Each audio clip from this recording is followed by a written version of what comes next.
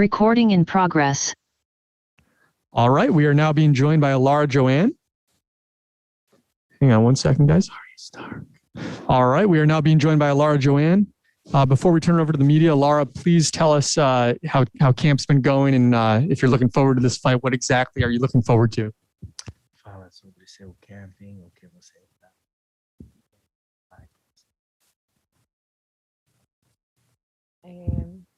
Sem dúvida, 1 ano e meio, né?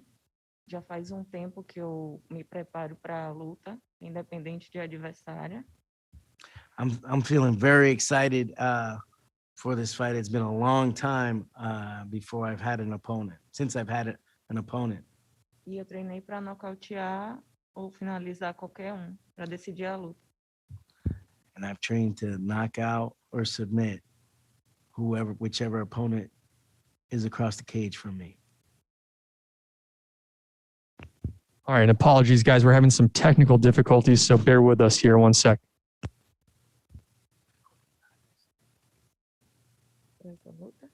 No.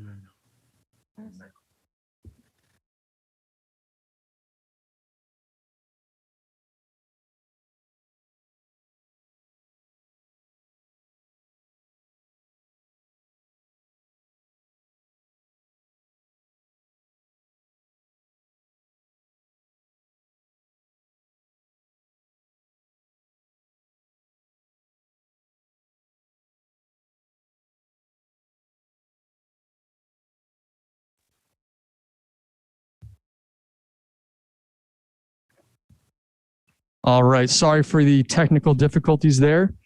We will now begin questions from the media. Steve, your line is now live.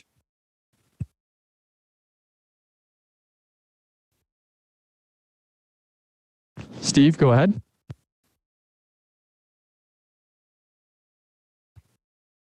All right, Empire Universe, go ahead. Hey, Lara. Luke from Empire Universe. How are you? Sim, tudo bem. I'm fine. That's great to hear. Obviously, your opponent has more experience on paper. Looking at this fight, are you looking at a calm or aggressive approach?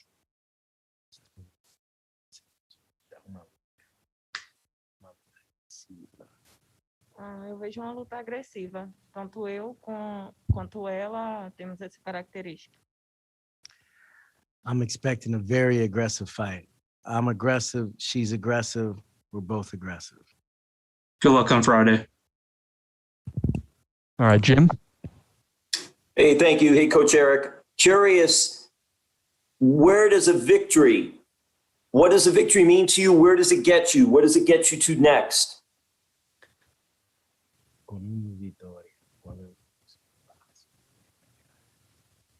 Então, eu estou muito feliz e agradecida porque com o ranking, né, o Bellator fez aí minha lista.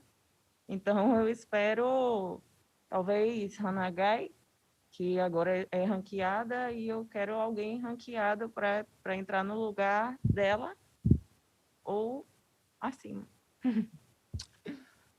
I'm very happy that Bellator has taken my idea of my hit list and made it top 10. I'd like the next step to be Hannah Guy, who's now ranked number 9. I'm going to keep on moving up my hit list. And then lastly for me, Coach Eric, what can you say about her? You have no nonsense, tough fighters. How does she fit in with everyone that you have in the camp or in the group that you're with?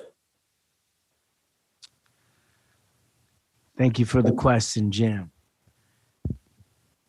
So Lara Joanne is one of the most talented and aggressive and one of the most sinister athletes at the gym. That's why I called her Arya Stark, because the way she finishes, the way I see she finishes people in her fights. So you can expect another exciting victory like the last one, and a huge upset in the mind of fans, but not in my mind. I think that Vanessa Porto's a legend. She's a pioneer. You know, she's fought the likes of Cyborg, Amanda Nunes, Maya, Carmouche. And it's going to be an honor to see Arya Stark scratch her off her hit list. Gabriel? Hello, Lara. I have two questions. The first one, how much easier was it to not have to do the travel all the way to Japan for this fight? You obviously get to stay in the States, close to where you work with Coach Eric. Fala sobre.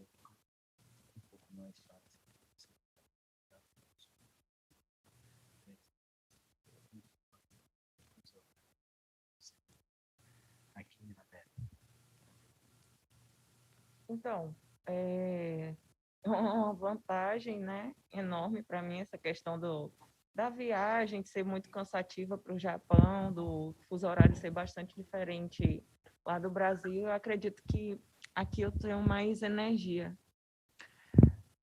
Yes, I feel like it's a big advantage now that I didn't have to travel all the way to Japan and have such a tough jet lag. And now I feel, for this fight, I feel a lot better. My second question for both of you, Coach Eric, I love the shirt. Can you ask if Iliara is Arya Stark, which character from Game of Thrones are you? Well, give a shout out to the king of bling, Philip Pline. I'm a big fan.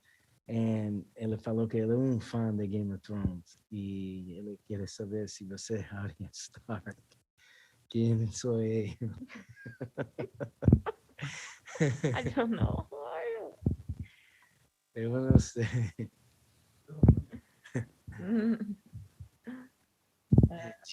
Eu teria.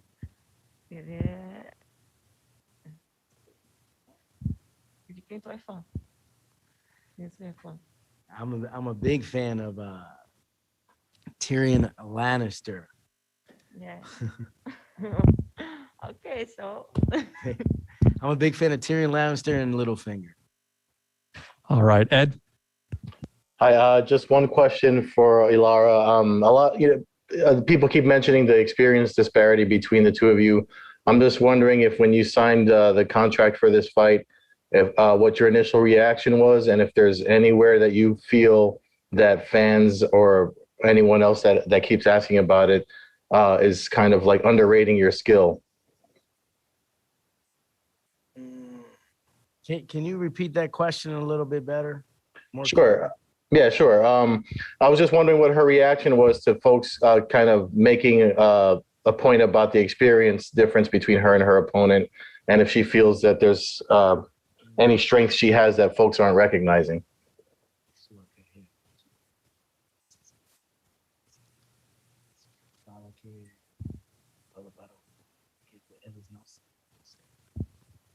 Então, realmente o que todo mundo está falando é que ela é mais experiente do que eu. Porém, para mim isso não muda nada. Eu também tenho muitas lutas e acredito que o lutador também se faz na sua equipe e com seus treinos. E eu acredito que eu treinei mais duro, estou mais forte, estou mais rápida e vou ganhar.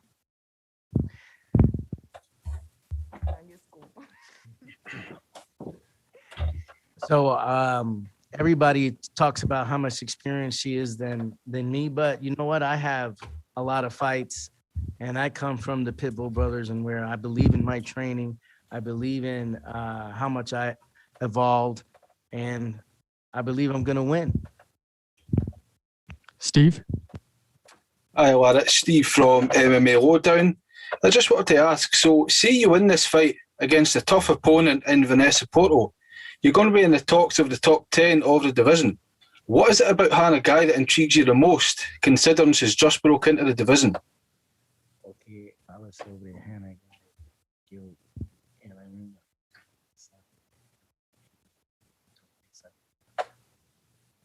Esse cara de país dela, eu acho. Então, na verdade é estratégia mesmo. Eu quero entrar no ranking, ficar bem ranqueada, e eu acredito que uma vitória sobre ela faria isso por mim. Yeah, so I'm trying to enter the top 10, go down my list, and it would be she's in the top 10, and it'd be a great experience for me. Yeah, it'll be good for me. Thank you. Best of luck. All right, Santiago. Boa tarde, Lara. Greetings from Amsterdam, and thank you for the time. Who more to do? This fight between you and Vanessa kind of came out of on late notice. Is that the reason that this fight is at a catch weight 128 pound? And do you like this?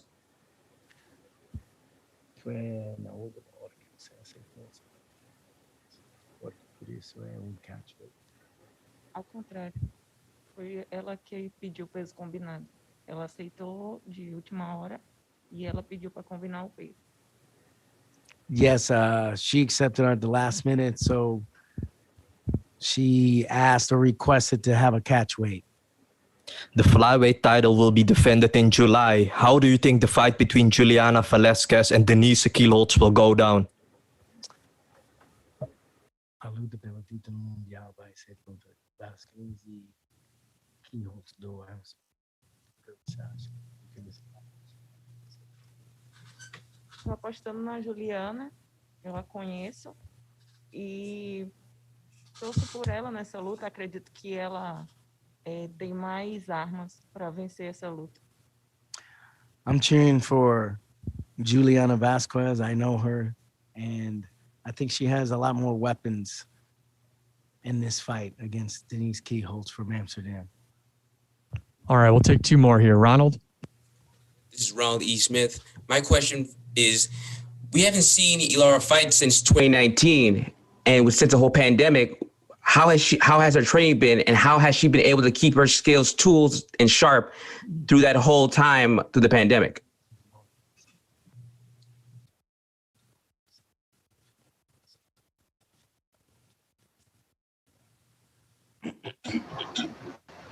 Me mantendo ativa, né? Treinando com minha equipe, Pitbull Brothers, a melhor equipe do mundo. I maintain training with my team, the number one team in the world, Pitbull Brothers. All right, and our last question here comes from the line of Maria Morales. Go ahead, Maria. Hi, Lara. Maria Morales with Throwing Bows podcast. As you prepare for this fight, Porto is known to come out a little aggressive. Are you looking at some of the opponents like Liz Carmouche and Jennifer Maia that have already defeated her? Are you looking at their game plan at all and implying some of that into your plan going into the fight?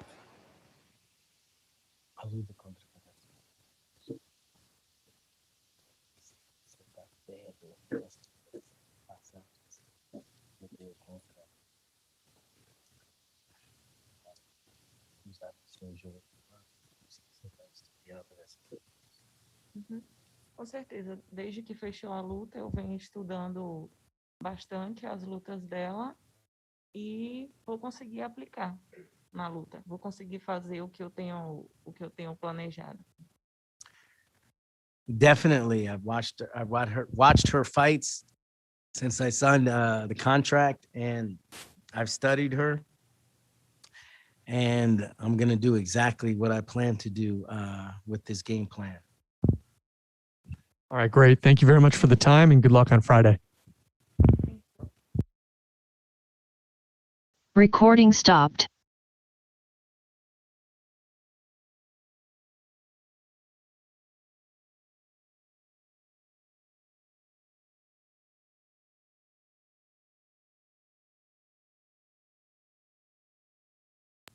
Next up, we have Justin Gonzalez.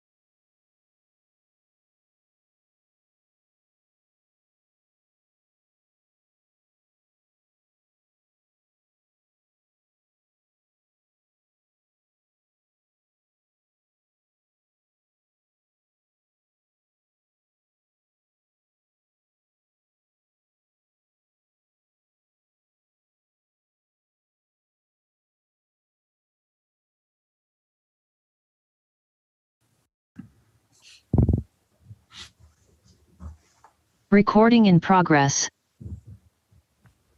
All right, we are now being joined by Justin Gonzalez. Once again, we'll begin with a few questions from our media. Abraham, your line is now live. Hey, Justin. I'm Abraham from the Fightly Report. I saw online you predicted a round 2 or round 3 TKO over Claxton.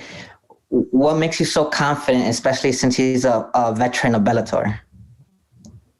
Man, if you saw the things I was doing in my camp, you saw the lifestyle I'm living, you'd know why I'm so confident as well. All right, Luke. Hey, Justin, Luke from Empire University again. Good to see you again. Good to see you, brother. Good to hear from you. So, I mean, looking at Tywan, what do you what's your opinion about Tywan, and how would it feel to get a big finish over a veteran like him? Yo, Tywan's tough, man. Like I said in our interview, he's really good at what he does, man. He's going to bring it. He's very explosive. He has some cool knockouts. It'd feel great to get a win over him. A win over him should put me in the rankings. Bellator, I'd like to be in the rankings, man. It just kind of puts a milestone in my career where I start climbing. And then it lets the rest of these guys in that ranking system, my hit list, lets them know who I am, lets them know I'm here and I'm for real. So it'd be huge. It'd be huge for me. Good luck on Friday night. Thanks, brother. Appreciate you. Maria? Hi, Justin. Maria Morales with Throwing Bows podcast. Coming into this, first off, welcome to Bellator. Coming into this and coming in with an undefeated record, as well as a spectacular finish of Jake Childers in your last LFA fight. What is more important to you? Maintaining that record and obviously, climbing in the standings, or just really making a statement in your first Bellator fight? That's a good question, tough question to answer, really. Both are very important, I mean, in this game, I want to fight tough opponents. I want to fight the best. In order to be the best, you got to beat the best. So along that journey, man, you might take some tumbles, but as long as you keep your mind right and come back stronger, you're growing. I have goals to be the best in the world and the best to ever do it, ever. So in order to do that, I want to fight these high-level guys. I've never fought a chump. I don't want to fight tomato cans. I'm not sitting here padding my record. I want to be the best in the world. In order to do that, like I said, I got to beat the best. So both. I want to make a statement. I want to make a statement that I'm here. I ain't here to fuck around. I'm here for real. So keeping my O and getting a stoppage in this fight would do both, I believe.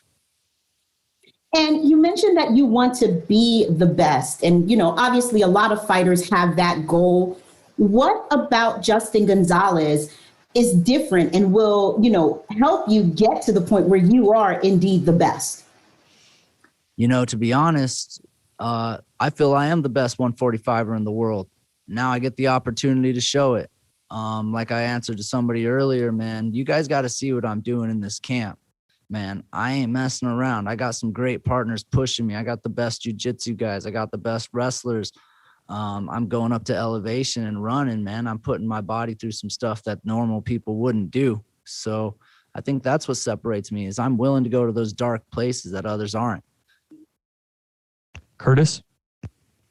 Hey, Justin, this is Curtis Calhoun with Low Kick MMA. How's it going, man? Good, brother. Good to hear from you. Good to talk to you again. Hey, I got the chance to sit down with you for an interview last week to talk about your road to Bellator. When you look back at your journey, how are you feeling just a few days out from your Bellator debut? Man, it's been a fun journey. I'm very blessed, man. I love what I do. I get glorified for beating the shit out of people. Please excuse my language.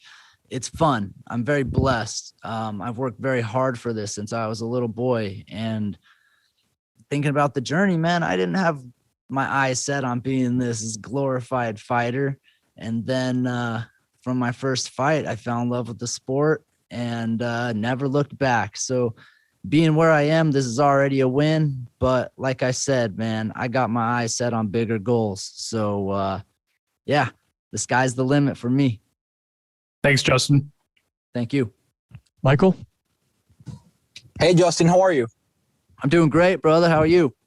Everything good here in Puerto Rico, sir. Thank you very much for your time.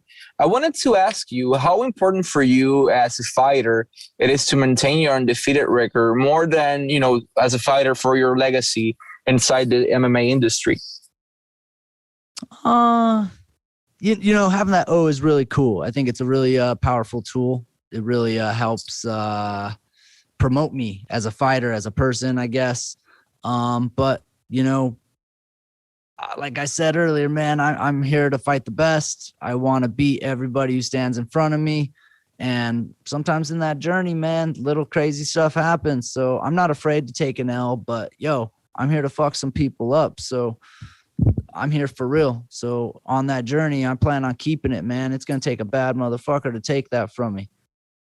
And what's your opinion on Bellator as an organization, and how's been your experience so far with them?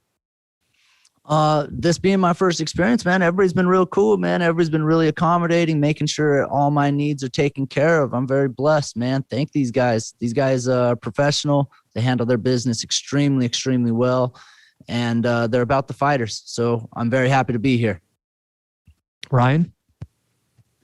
How's it going, Justin? Ryan from KSMMA. How you doing? I'm doing great, brother. How you doing? I'm doing great. So you're making your Bellator debut here on Friday. How excited are you to go out there and put on a show for a much bigger platform than where you were before? Man, I am pumped. I'm ecstatic. I'm very blessed. I'm sitting in a great opportunity, a great position. Man, it's been a long layoff. I haven't fought for just under a year. So I'm pumped to be back, man. I'm ready to make a statement. How else can I say it, bro? I'm ready to do this already. Thank you, man, and good luck on Friday. Thank you very much.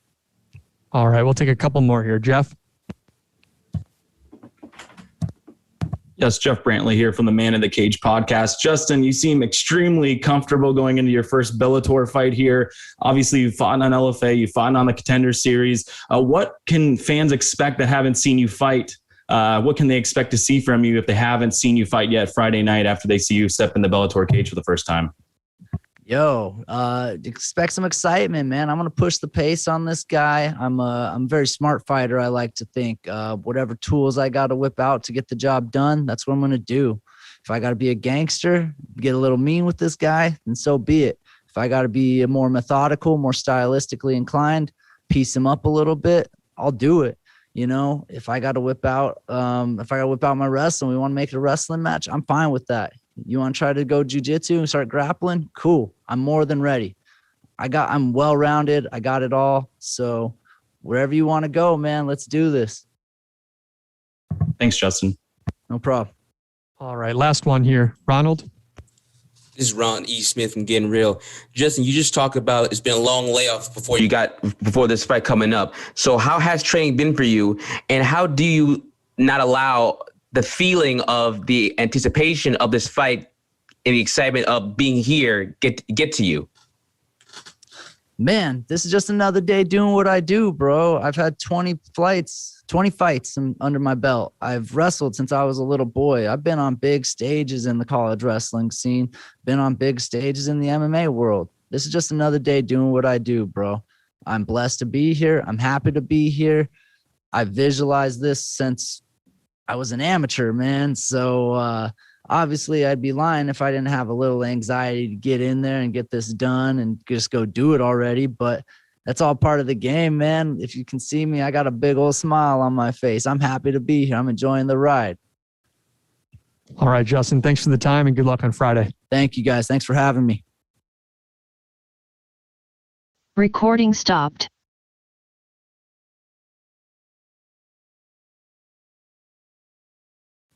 Next up, we have Kyle Crutchmer.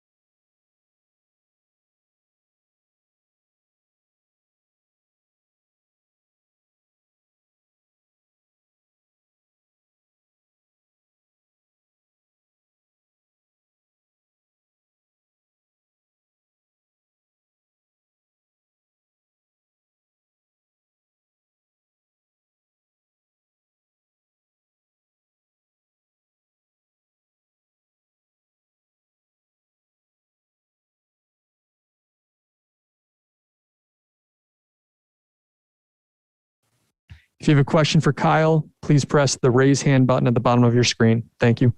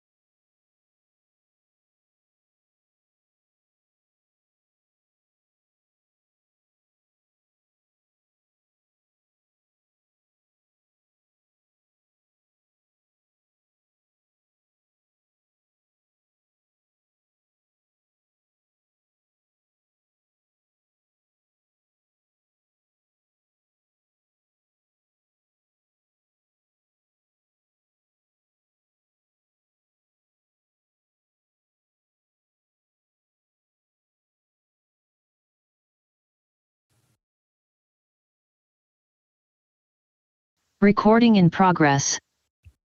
All right, we are now being joined by Kyle Crutchmer. Once again, we'll begin with a few questions from our media. Maria, your line is now live. Hello, Kyle. Maria Morales with Throwing Bows podcast. How are you today? I'm good. How are you?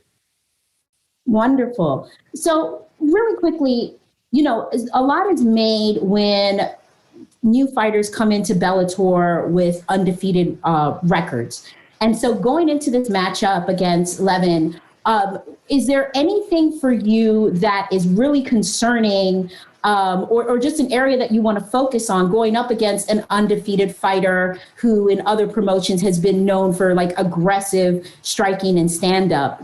How do you go into this? What's the plan? You know, it's a common wrestler versus striker matchup, and you know, majority of the time, the guys that have my background win these fights. You know, he's 9-0 with 9 finishes or something like that. Because the last fight he fought a wrestler and was taken down, 4 or 5 different times. So, and if me and that guy he fought was the wrestler, I would smash him. So, I'm not too worried about any man and what they do. I'm just worried about what I can control and going in there and doing what I do best. And that's, now this camp, I've been able to really put things together and do it against really high level guys. So, I'm not too focused on this guy like that. I'm more focused on doing what I'm supposed to do and going out there and looking to finish this dude. Awesome. And with that, let's say that happens. Do you believe that with that you should be looked at as somebody that should be entering the rankings in the welterweight division? Yeah, I mean, I'm not.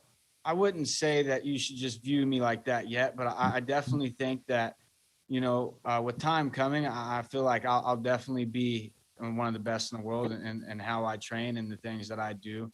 It's going to be hard to stop. It's going to be hard for people to stop. I'm in the best shape that I've ever been in. I'm at the highest level that I've been in since I've started training. The longer this goes, and the longer my career goes, and this is going to be the tougher I'm going to get. And I think the Kyle that was my last fight, I think that I finished that guy. So. I'm just we're focused on getting better and focused on, what's at stake this fight. And then after this fight, I'll look and see and things like that. And we'll talk to my coaches. And yeah, if they move me in the top 10, I'll definitely be ready for it. So Kyle, you obviously, you fought back in October on the Bellator 249 card. So you've experienced the fight sphere without fans in attendance. Then obviously this is the first Bellator event with fans back here in attendance. Can you kind of speak on that, the differences and what you're looking forward to? Yeah, I think, last fight was really eerie feeling.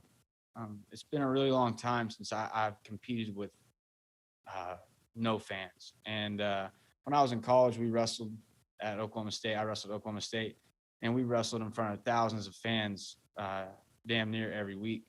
I wrestled in front of 42,000 one time and had a really good performance. So, I think fans are what make, sports in general fun. And, it gets you hyped. It's exciting. and a lot of guys fold underneath that. And for me, if you go look at my track record in the sports that I've competed in, when there's a lot of fans, the better I do. So, I'm just excited to hear people talking and people booing and cheering or however they want to do it. But there's nothing like having fans involved with what you're doing. Steve? Hi, Kyle. It's Steve from MMA Lowdown. So that resilience that you've shown after your first loss has been really great and inspiring to see. Now, I'm just curious to see, so the confidence you've got coming into this fight, is that partly built by the fact that you spar and train with absolute killers like Islam and Khabib? So when it comes to getting into the cage with people who, quote unquote, have a kind of padded record, does that feel less intimidating coming into the cage? I mean, anytime you are waking up on a Monday morning and going to your training, knowing that you're going to spar Khabib or Islam or one of those other high-level guys that we could just go down the list that, that I feel more, I guess you would say nervous there than I do for a guy like this, so you're sparring Khabib. It's going to be hard just to take him down and do the things that you normally do. You're in there and it's war for 2 or 3 rounds, however many rounds you go with him. And then you got a guy like Islam who will be the next 155-pound champ in the UFC. And he's not very small. I don't know if you guys have ever seen him, but he's a big guy. So, yeah, like right before I got here, I was training with those guys and learning and still, progressing and doing the things that I do best. And yeah, once you have guys like that as training partners and you see how they go out and make things look so effortlessly against, much better opponents than the guys that I'm fighting right now, they're fighting the top level and you're competing with them.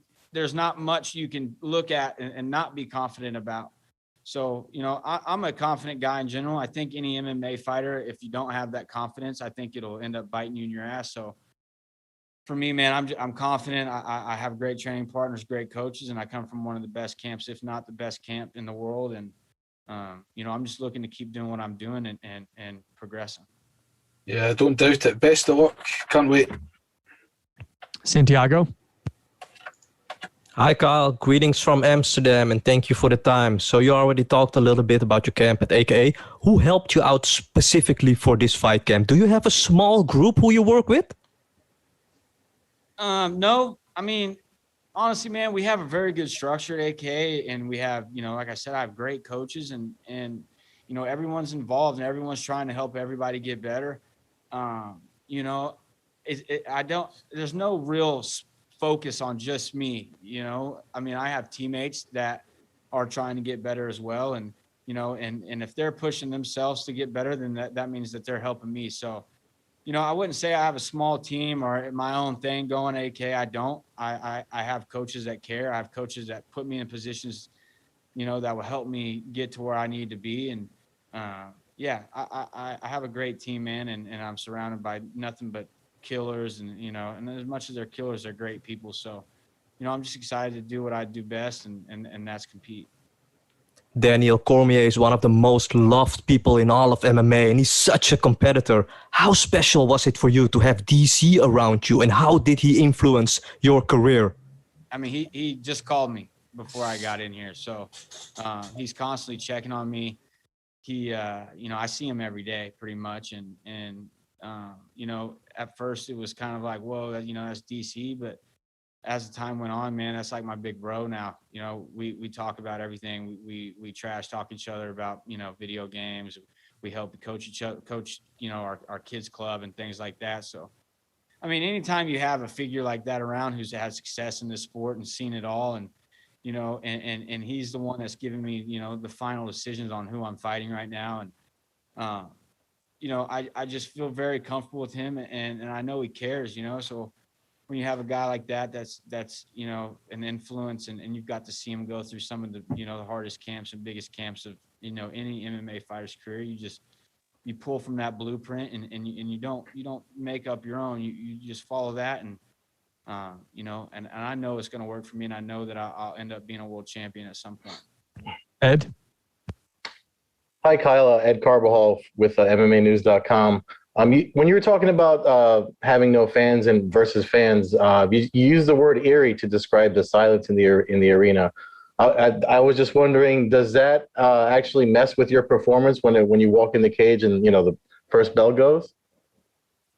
No, because at the end of the day, there's someone across from you trying to knock your head off.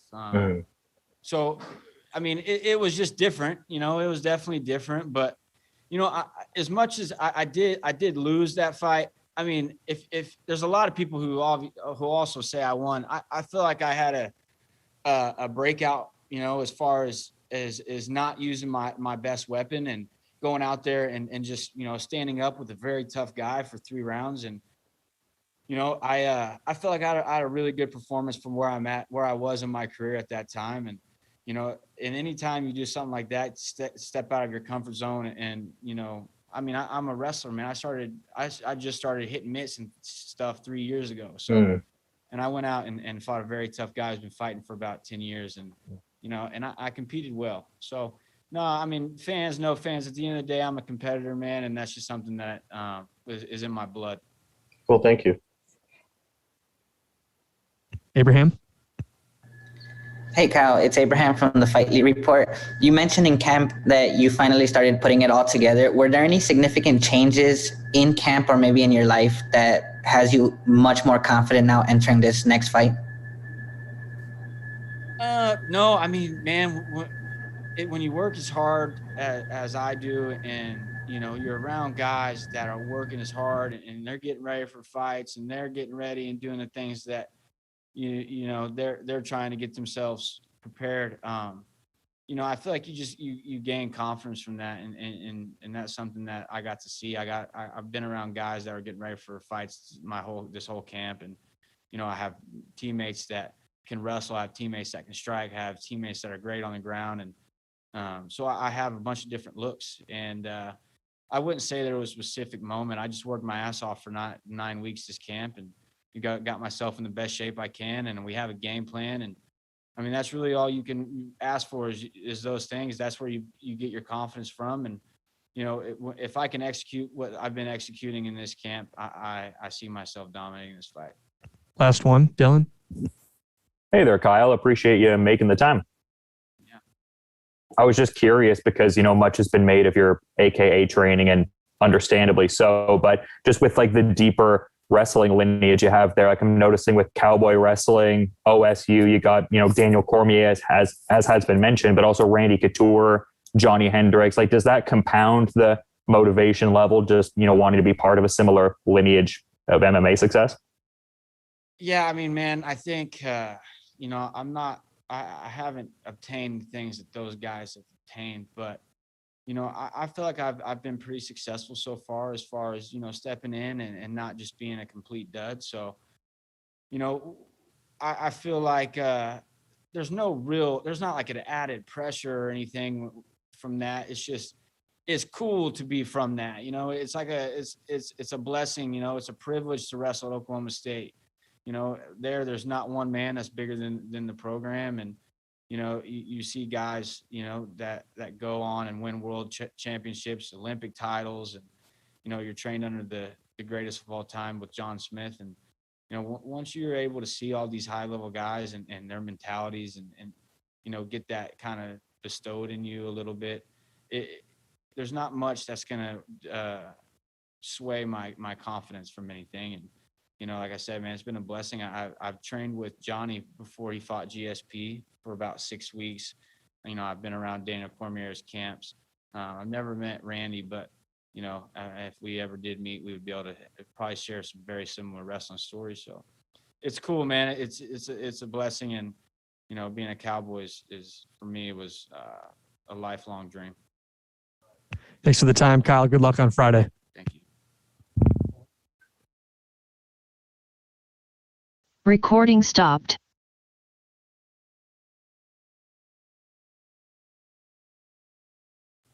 Next up is Lucas Brennan.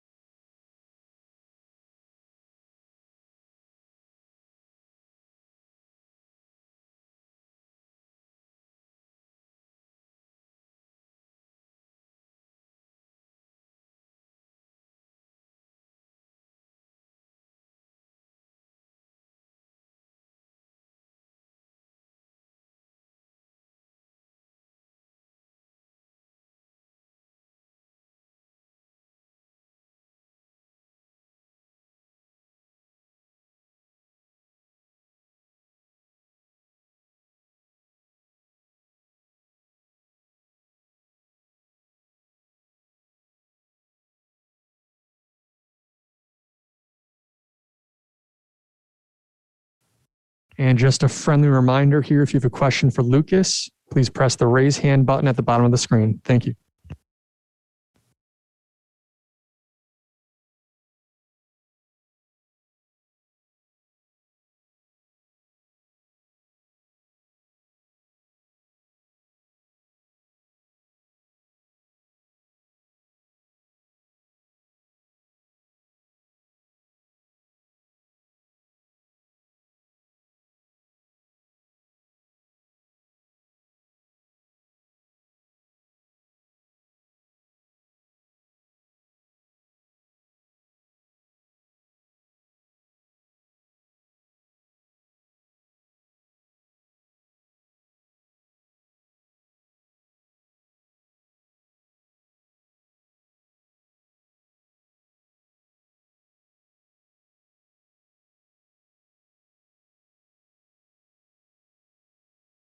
Recording in progress.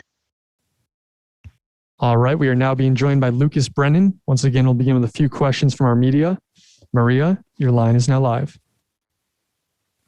Hey, Lucas, Maria Morales with Throwing Bows Podcast. How are you today? I'm doing good, ma'am. How are you? Pretty good. And so I'm going to ask you a question that I asked another fighter earlier, because we know that a lot is made of fighters with undefeated records. Going into this matchup with Matthew, what's the most important thing to you? Is it, securing the win and keeping the record intact, or really making a statement to help you as you continue to grow your career in Bellator? I mean, most important thing I think is being able to secure a healthy win. Being able to go and make a statement. That I belong in this division, and that I know I turned 21 a week ago. But that I'm an adult and that I'm in this division. But I also, it's important to be able to secure the win. And also, because as you just stated, you are relatively young. As you were preparing for this fight, was there an area that you felt like you really needed to work on to continue to evolve your game? Was there a primary focus? I think it's always important to continue to round out my game, make sure everything is up to par. I think it is no secret what I specialize in and what I prefer my game plan to be. And so, those absolutely styles of my game that we made sure to emphasize on. Good luck. Abraham?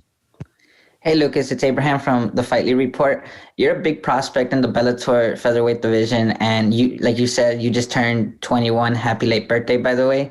Is there anyone, if you get the victory, is there anyone in particular you would like to fight next, or is there a list you have of fighters you want in the near future?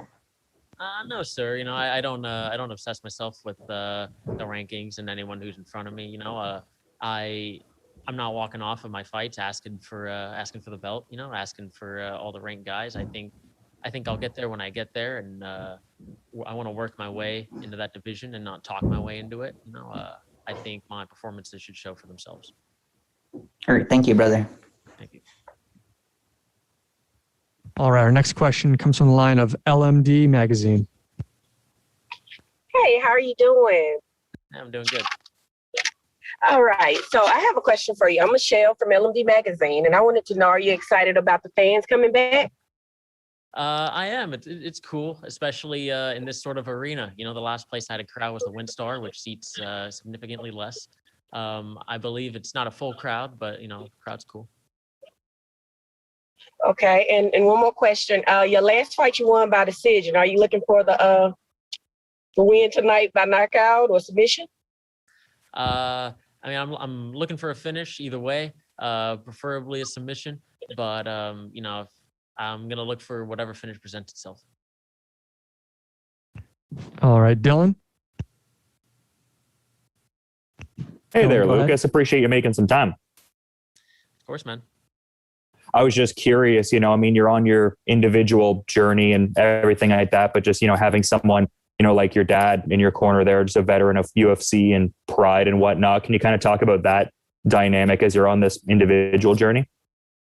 It's helpful in a sense that I have a coach that has that experience, someone who I have 7 fights, total. That's someone with an extreme number of fights and experience, and so it's someone that you can handle that like information with, and someone to switch that information with and learn from, while also being someone that you live with. It's not someone that I split from every day, so it's a good dynamic. Awesome. Thanks for the insights, man. All right, Ronald. This is Ronald E. Smith. And my question for you is, your previous fight, you won by unanimous decision. So what did you take from your previous fight, and what have you learned, and what are you hoping to learn in your next upcoming fight now? I was able to take a lot from that fight, pros and cons. It was the first time I'd gone to a decision as a professional, and it was good to be able to do that and feel that I could do more, that I wasn't tired. I felt good for another round. I had a ton of energy. I physically felt amazing afterwards. And so I was happy to be able to know that I had that potential, right, just in case. And it gave me a lot more film to work on with my striking. I had a lot more wrestling I was able to emphasize on and critique a little bit. Tons of striking to work with. It gave me a lot of time to work. That was a little over 6 months ago. So I've just been rounding out my game, and I hope to show more of it this coming weekend. Thank you. All right, last one here. Santiago. Hi, Lucas. Greetings from Amsterdam, and thank you for the time. You made your Bellator debut at just 19 years old. I've seen all of your fights, and you're very patient and calculated when you are in the cage. This is quite strange to see for people outside of the sport, to see a young person really carry himself in the cage. Is this your natural you? Are you feeling like a fish in the water when you are in the cage? It's an interesting comparison. Yeah. I mean, I feel very comfortable. When I'm in there, I don't think there's any point in rushing a finish or any sort of like decision. I'm not trying to rush to anything like that. I think the only thing that does is open me up and make me more susceptible. And I think it's important to, get my game plan in, be entertaining while also retaining my physical health and getting my game plan in correctly. How have Bellator been taking care of you? Do you feel the love and appreciation from the company? Because they're giving you great fights on very stacked cards, right? Absolutely, and they're giving me good opponents. Everyone I fought has more fights than me. They have more experience than me. This guy's a little younger than my previous opponents, but everyone's older than me. All these guys have wives and kids. I was able to drink a week ago and I can't. So, it's like I'm definitely getting there as it goes age-wise. And the company definitely has shown me a ton of appreciation. I was super appreciative that I was able to have my debut with them. And I'm very happy that I'm able to continue my career with them. Good luck on fight night, sir. Thank you, sir. All right, Lucas. Thank you very much for the time. Good luck on Friday. Recording stopped.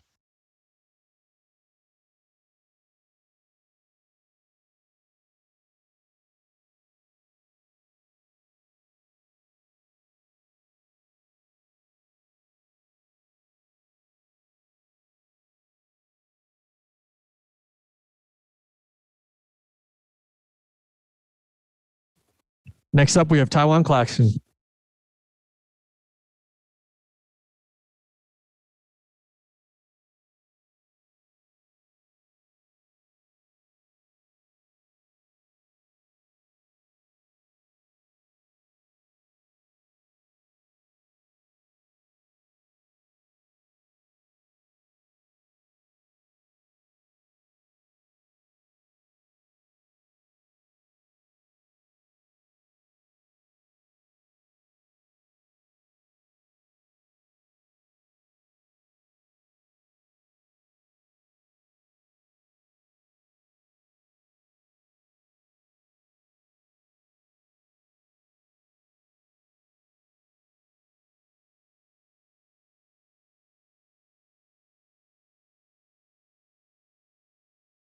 Recording in progress.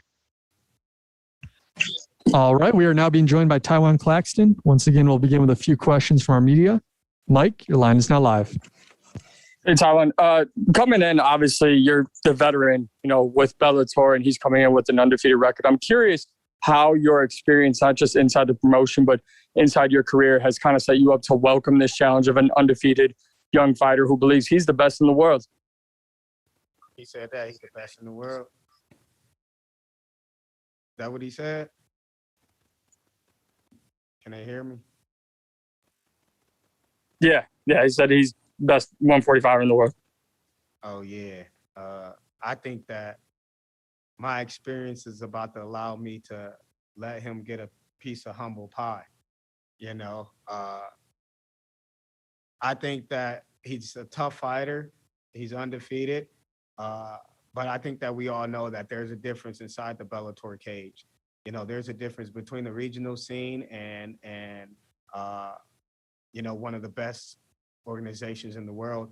And there's a difference between, you know, like the atmosphere. There's a difference between being able to maintain your mind and stay sharp and stay focused and not get caught up in all the media and everything else, all the other obligations that you have to do when you get to this stage and you're on this level. So, and then there's also a difference in the competition, you know, like training with hard people is one thing, and then being across the cage from another guy like a Sanchez or, you know, like a Wilson is a completely different animal, or like a Claxton, you know, being across the cage from a guy that's like me or like one of those guys will let you know real fast that you always have room to grow. So I'm looking forward to welcoming the best 145 pounder in the world to Bellator come Friday night. Abraham? Hey, Tywan. Your opponent has predicted a second or third round finish. What do you have to say to that, especially since you have fought, like you mentioned, top tier competition like Sanchez and Wilson? And do you have any predictions on this fight to counter his argument? Oh, well, we both think that there's going to be a finish, you know, so I can agree with him on that. But, you know, him thinking that there's going to be a second or third round finish, that I think that just lets me know that, man, maybe he's not going to be prepared for a war. You know, anytime you think that you're going to finish a guy, you're either really confident in your skills or you're doubting his skills, right? So it's one or the other. I just know that I'm going to be the best version of myself, and I don't think that he'll be ready to handle the best version of myself. He can say what he want to say, but I'm about to beat his ass. You know, I think that's, whether it's the second round or the third round or the first round, I'm going to make sure he knows too. I'm going to make sure he knows that he ain't going to finish nobody, that he going to get this top 10 with. So I guess that's what I have to say to him saying that he's going to finish me, you know. The only person that said that and actually was able to do it was Sanchez, and hey, hats off to him. But he ain't Emmanuel Sanchez. So. Thank you for your time. Ryan? How's it going, Tywan? Ryan from Chaos MMA. Now you're going out there facing undefeated fighters, making his Bellator debut. How much does that motivate you to go out there and give him his first loss?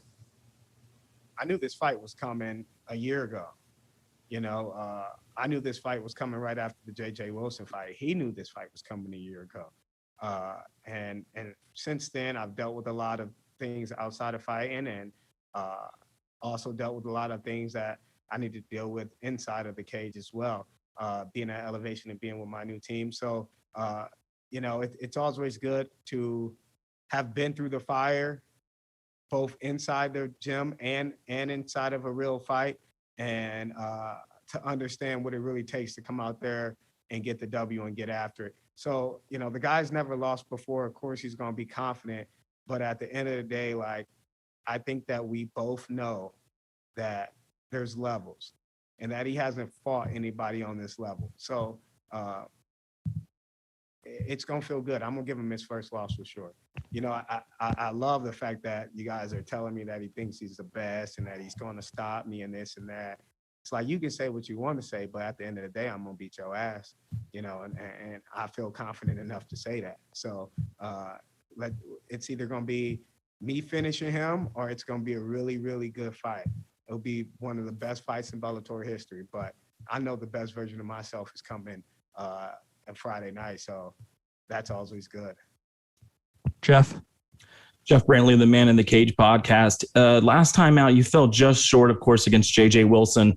Coming out of that fight, what did you learn from that performance? And did you work on anything specific in this training camp? You mentioned your team this time around. I mean, was there anything specific you worked on coming into this fight against Justin?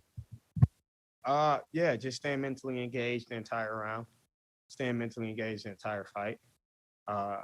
There's a lot of technical things that we worked on, which helped me stay mentally engaged. A lot of different barriers that we crossed, but I think that just having a year with my team, having a year of sparring with Carrington Banks, having a year of sparring with Justin Gaethje, having a year of sparring with Corey Sandhagen, Drew Dober, you name all these. I can name guys off, left and right. You've seen what I've done inside the Bellator cage before I moved to Elevation, and my amateur record speaks for itself when I was in Florida with the Black Stallions. But I think that, for the first half of my professional career, being in Cleveland and kind of running a team and, doing a little bit more coaching and not so much competing. And, I still came out here and I gave a good show. And so I just know that now, I'm in a different spot. I'm in a different spot physically. I'm in a different spot mentally. I'm in a different place in my entire life. So, it's going to pay off. It's going to pay off. He's going to get a whole new fighter. And I think that they'll be surprised. You go look at any fight I've lost or any wrestling match that I've lost, and I always come back with a different type of intensity and fire because I hate losing more than I like winning.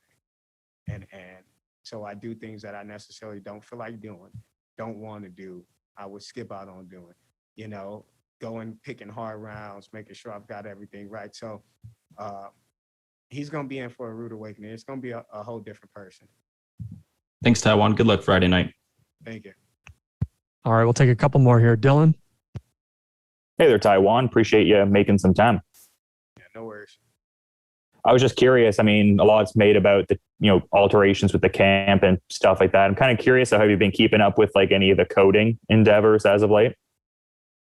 So actually I have. I've been coding a lot, but for this fight camp for the past 9 weeks, my team convinced me to be one-tracked while I'm in fight camp. So usually I'll get up, I'll code for 3 or 4 hours, and then I'll go train, go eat, go train, go eat, and then go back home and maybe code or maybe chill depending on how I'm feeling. But this camp, my coaches are like, hey man, can you cut the coding down to just a weekend? And I was like, I'm not sure. Like everything that I do in this life, I do for money. Like I fight for money. I code because it pays. Like I don't do anything to be necessarily the best. Like I'm not looking to get a belt. If I do get a belt or I do get a title shot, I'm gonna look to be the best version of myself, that day. And that's that. But throughout this camp, I've been doing like maybe on a Wednesday, which is one of my lighter days, I do like an hour, and then maybe on a Saturday, I do like an hour. But like I took off like minimum. I used to have minimum hours that I was going to code a day. And so now I don't have any minimum, or at least while I'm in camp, I don't have a minimum. And I've cut my coding down, 98%, just because, that's something that my coaches asked me to do. And I said, all right, I'll give it a shot. Like I'll see what happens when we're one tracked, we'll see how much growth we can have. So I've actually been really, really, really laxed on my coding. Awesome. Thanks for the insights, man. Yep. All right, last one here. Maria? Hi, Tywan. Maria Morales with the Throwing Bows podcast. I got 2 questions for you really quickly, and I want to start with the one that you kind of talked about a bit ago, as far as your mental preparation. So you said that coming off of the loss to Wilson, that was one of the key areas that you needed to focus on. What exactly, or can you share maybe some of the things that you did to help improve like that mental awareness during the fight and to improve your mental game? I think just the change in camp and constantly taking tips from guys that are at the top of their game.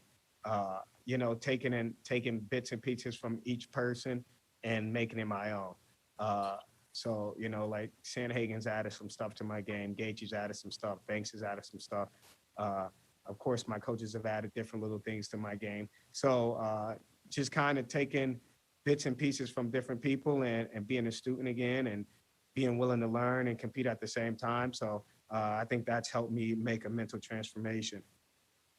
And the last one for me, obviously the reason that the saying that you never want to leave it in the judge's hands is because sometimes it doesn't go your way. And coming off a split decision loss to Wilson and hearing that your opponent has already predicted how this fight is going to end, how important is it to you to get a finish? And how do you think, or how would you like to predict that finish would happen? I think that it's not important for me to get a finish. It's just important for me to go out there and be the best version of myself, push myself. I think if I'm the best version of myself, he'll break, So that's the most important thing. It's battling the things that go on inside of myself, being inside of myself. So, it's not that important for me to go out and get a finish. I think that by going out there and being the best version of myself, the finish will come, if that makes sense. All right. Thank you very much for the time. Good luck on Friday. Thank you. Recording stopped. Next up, we have Aiden Lee.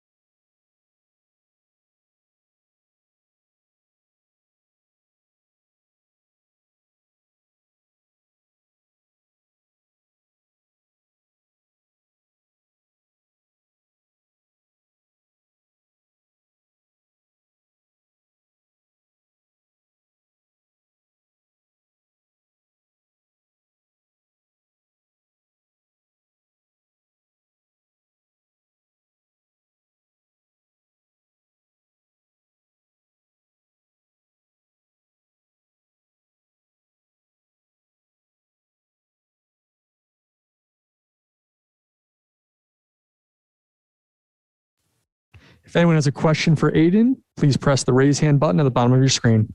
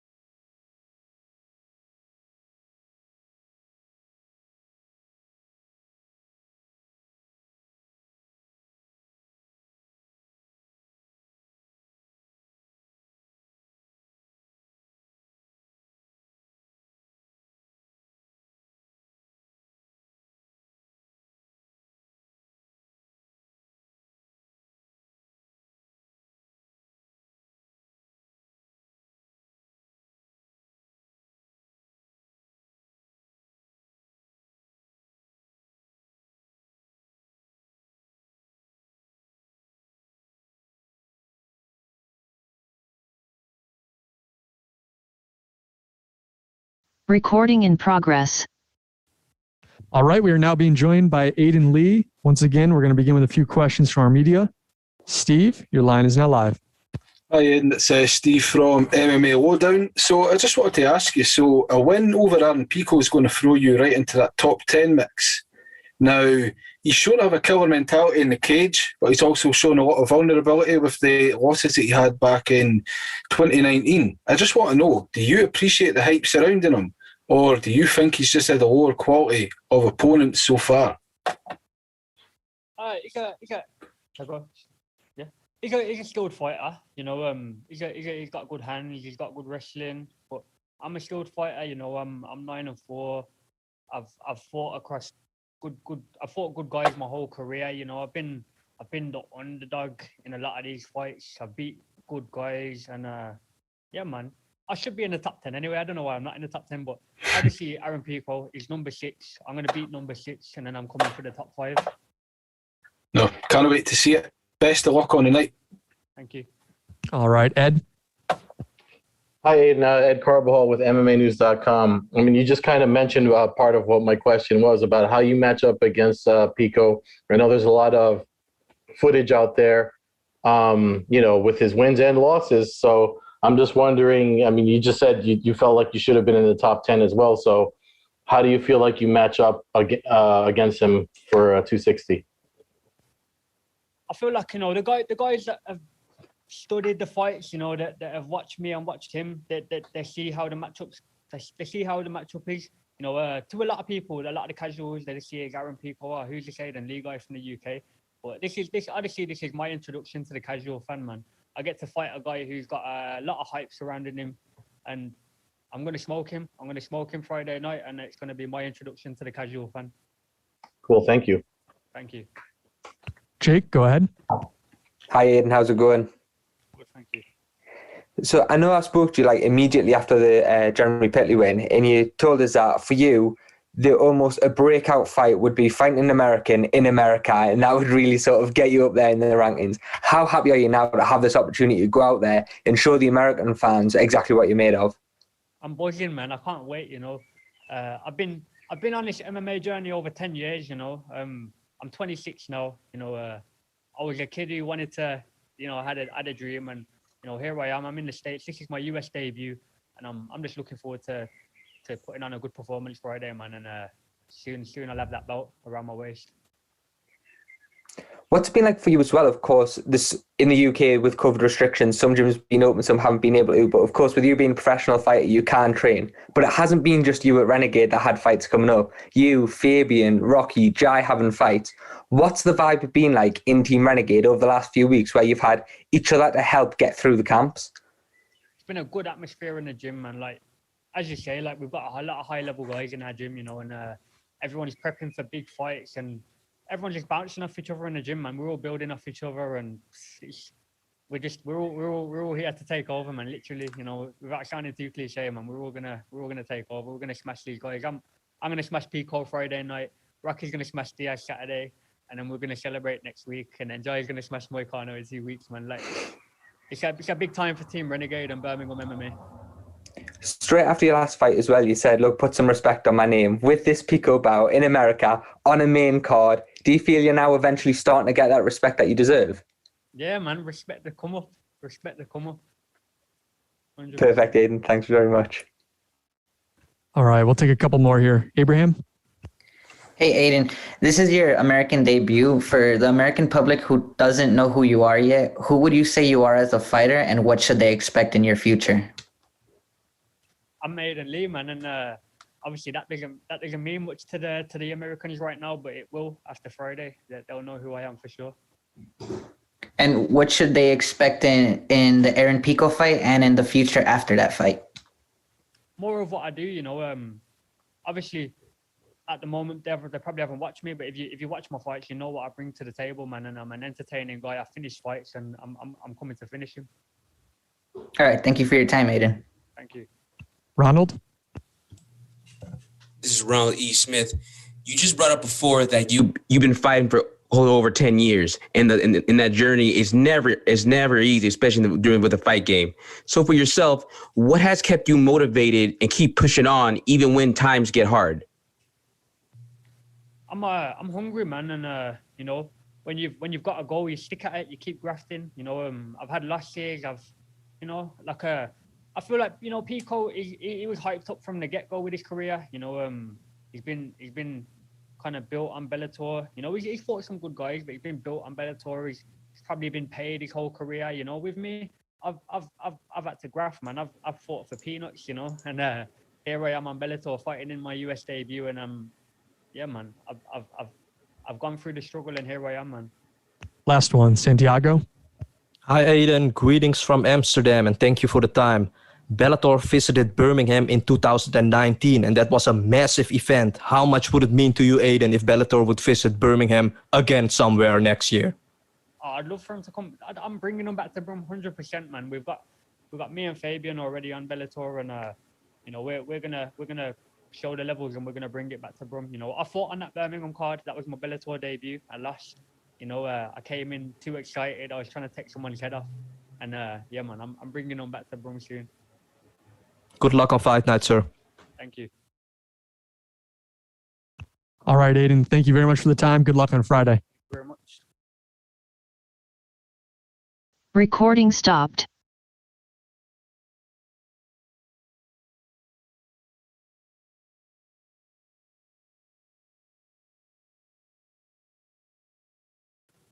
Next up, we have Mark Lemminger.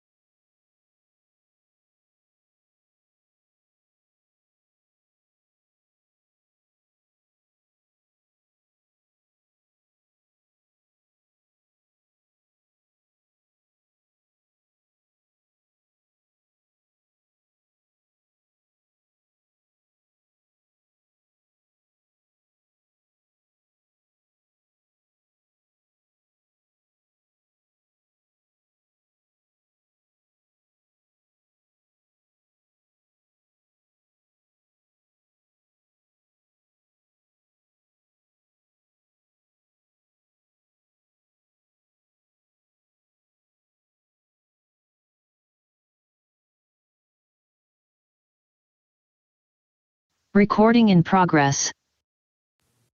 We are now being joined by Mark Lemminger. Once again, we'll begin with a few questions from our media. Dylan, your line is now live. Hey there, Mark. Appreciate you making some time. Appreciate you guys having me. I'm just curious because, you know, I'm noticing that Chosen Few Gym has some, you know, pretty solid representation on this card. Like you also have Alex Polizzi getting out there and ready for it. What's the vibe like in the gym when there's multiple competitors preparing to compete on the same card? Like, does it compound the motivation even further? Yeah, we got a pretty solid group of guys at Chosen Few. When we get me and Polizzi on the same card, and we just had a couple other guys fighting in Iowa on another promotion. The gym atmosphere has been pretty good. A lot of guys in there, you know, working hard. So this was a good camp for us. Awesome. Thanks for the insights, man. You're welcome. All right, Luke.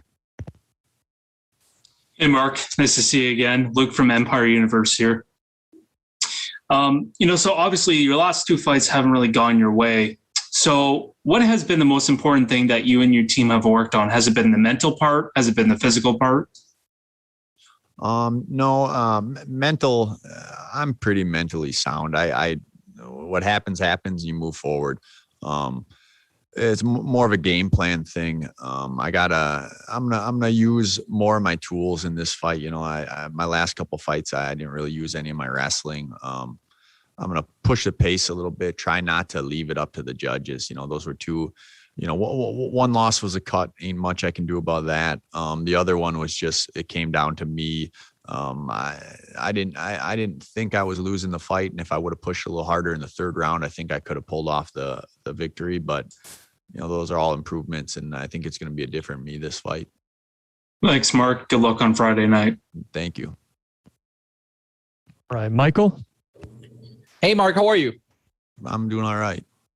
Awesome, man. I wanted to ask you, following up a little bit on the last question, what do you and your corner are going to do different this time to put yourself back on track mentally, physically, and spiritually?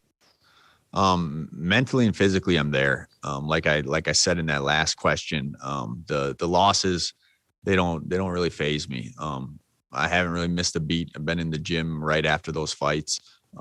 Really, the motivation didn't change. It comes down to a little different game plan. I'm going to push the pace a little harder. Demarques's previous fights seem like he likes to get right in his opponent's face, which I think will play in just fine to my game plan. I'm going to get after him from the beginning of the fight to the end. Awesome. Thank you. And good luck on Friday. Hey, thank you. Jim? Yes, thank you. I'm just curious too about your opponent and how much does it go into watching his fights and preparing for your opponent when you're in camp and doing it that way? Because every fight could be a little different. Yeah. I try not to dwell a lot on watching film. I like to watch a couple of his previous or his most previous fights and get a feel of what he likes to do, what he's good at. But for the most part, I think it's more important to focus on what I'm going to do. I've seen guys get really involved in film and it ends up changing. They end up hesitant to do the things that they're good at, because they're worried about what their opponent might do or what he's good at. When it comes down to it, some of the things they do might be for that opponent and they might not work with you. So I like to focus on what I'm good at, what I plan on doing, and at the end of the day, it's a fight. A lot of things can happen in there. The game plan can go right out the window, and I'm good at adapting to that as well.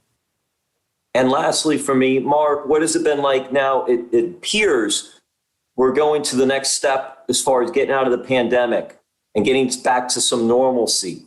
What has that process and progress been like for you? Oh, it's been good. I think everybody's ready to move on from this. I was out here when the pandemic first started. I was on the card that got canceled. And then I've had a couple fights now with no fans, and I'm ready to get back to some normalcy. I like the fans; they get me excited. I don't know. I'm looking forward to having some crowd there. Thank you. You're welcome. All right. And our last question here comes from the line of LMD Magazine. Go ahead.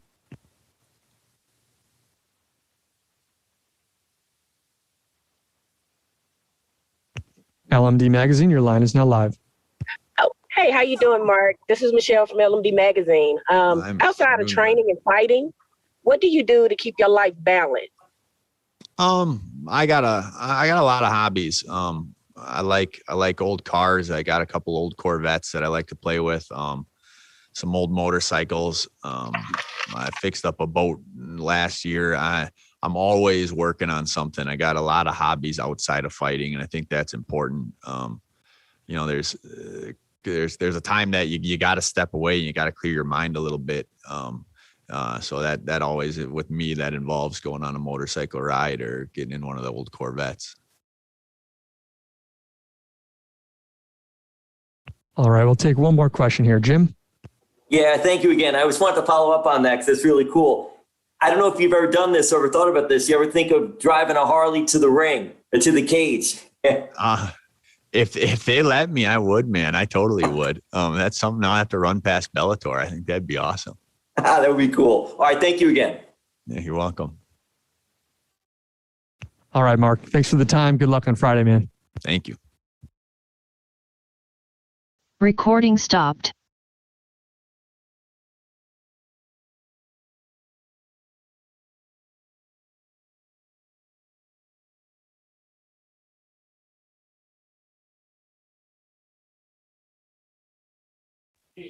Next up is Nick Newell.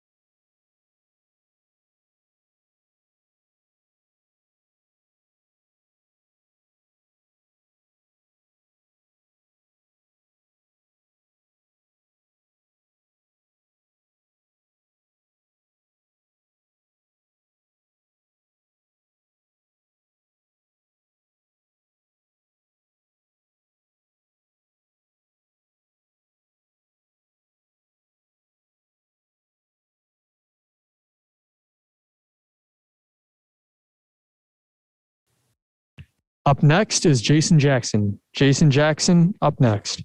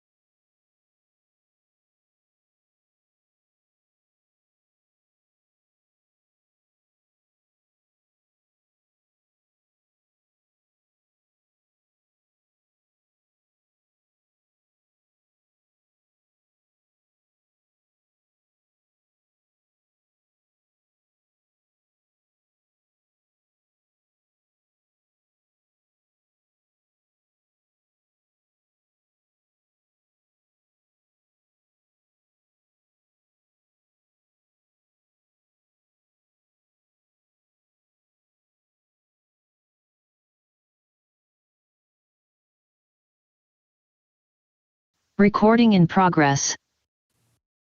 All righty. We are now being joined by Jason Jackson. We'll begin with a few questions from our media. Maria, your line is now live. Jason, Maria Morales with Throwing Bows podcast. How are you today? I'm doing awesome, Maria. How about yourself?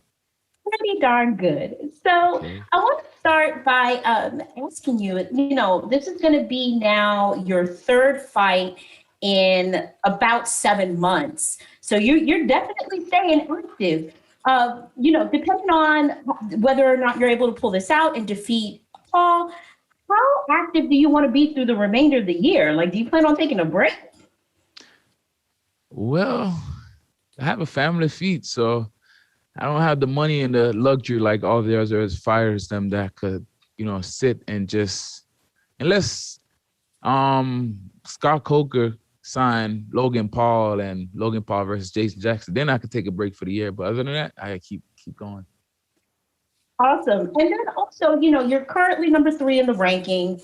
Obviously, Paul Daley is a dangerous opponent. He's known, for his striking and knocking folks out. With the win, where do you think that puts you in the title picture, and where would you like for it to put you in the title picture? I don't know.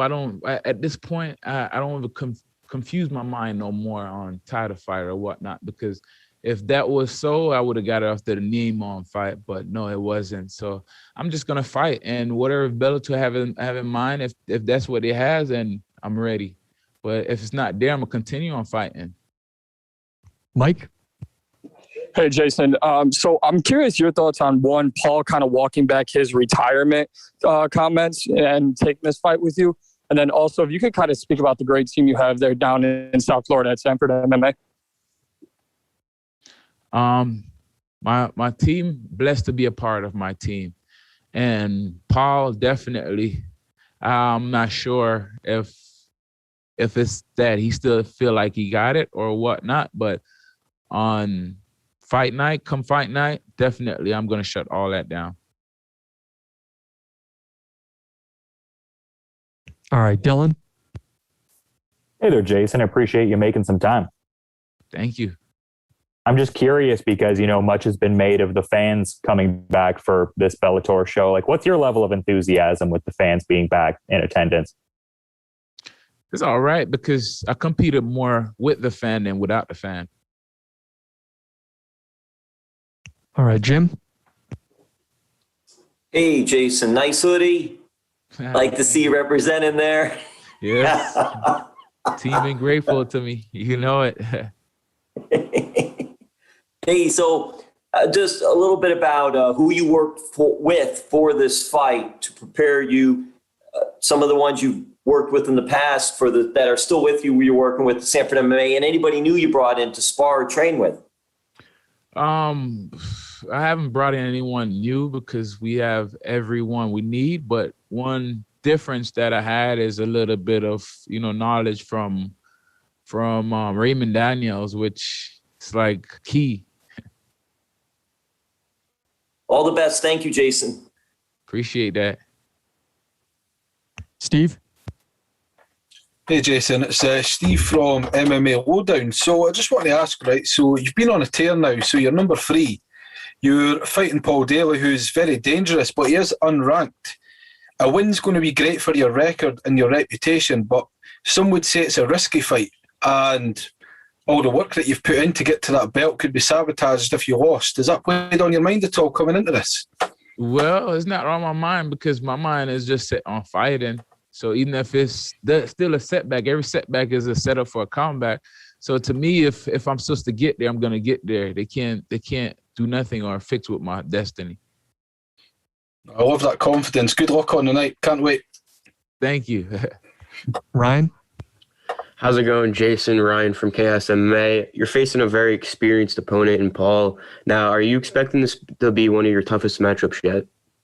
Well, expecting, but sometimes when you expect some of the stuff done, it's just that it'd be like the easiest one. So, I can't really, what would you say, think ahead. That's like a foolish thing to do. Thank you, and good luck on Friday. Thank you. Santiago? Hi, Jason. Greetings from Amsterdam, and thank you for the time.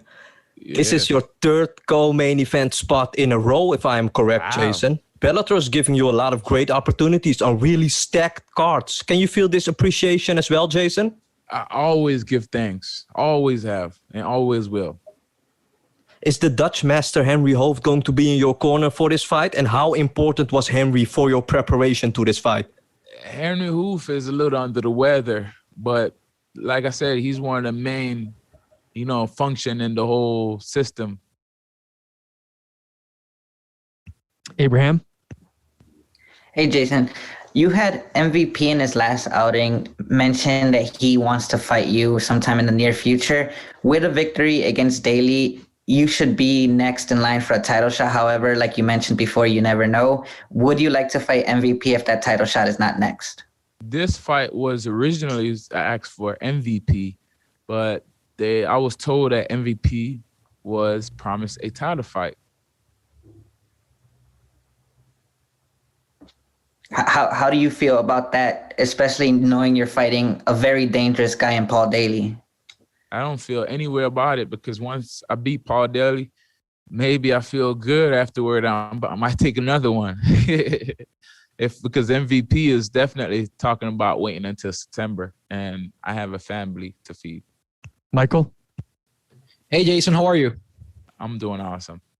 Awesome, brother.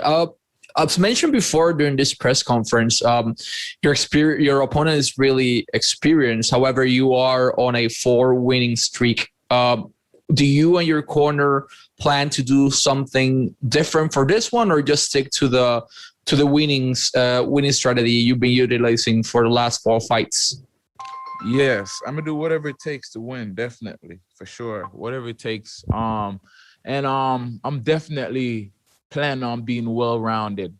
Like, I know that's when I'm at my best. So he have a lot to worry about than I do. Awesome. Good luck on Friday. Thank you. All right, we'll take a couple more here. Jeff? Jeff Brentley, the Man in the Cage podcast. Jason, Paul Daley, all the power and the striking that he has coming into this fight. Do you plan on just doing your normal game plan against him, or do you guys down there, Henry Hooft, Sanford MMA, or you have some extra tricks up your sleeve going into this fight? Like I said, I'm going to do whatever it takes to win. That's my game plan, whatever it takes. You can tell from my last fight. I had one eye, and what I did whatever it takes to get that victory. I'm that type of person. That's just how I was built. And that's just something that people gonna realize about Jason Jackson, that I will do whatever it takes. Thanks, Jason. Ronald? This is Ronald E. Smith. Jason, while you are co-main eventing, the main event is for the welterweight title. So just to have your thoughts, how do you think that fight will play out? Definitely gonna be a tough battle, but I'm rooting for Amazons, because I'm all about out with the old and with the new, and would be good for Amazons and I to fight in a title fight after this fight. And I've been working hard to put away Paul Daley and get my title shot, earn my title shot, not given or promised. I'm gonna earn it. Dylan? Hey there, Jason. I'm kind of curious here because anecdotally, I've talked to multiple fighters from Sanford MMA, and they all seem to shout out your tunes you pick in the gym. Are you the official Sanford MMA DJ at this point? And what's the secret to laying down good tunes in the gym? No. Greg Jones is, not me. Greg Jones. But definitely, always reggae vibes. Yeah, good stuff, man. Appreciate the time. Yeah, appreciate that. Our next question comes from the line of Suki MMA. Hey, Jason, how's it going? I mean, I feel like you keep a really good demeanor despite your record. You have so much experience in your belt. What is it about your career that's allowed you to kind of stay calm going into big fights like this? You have Colby, Hayter Hassan under your belt. It's really nice to see such a good demeanor for a fighter.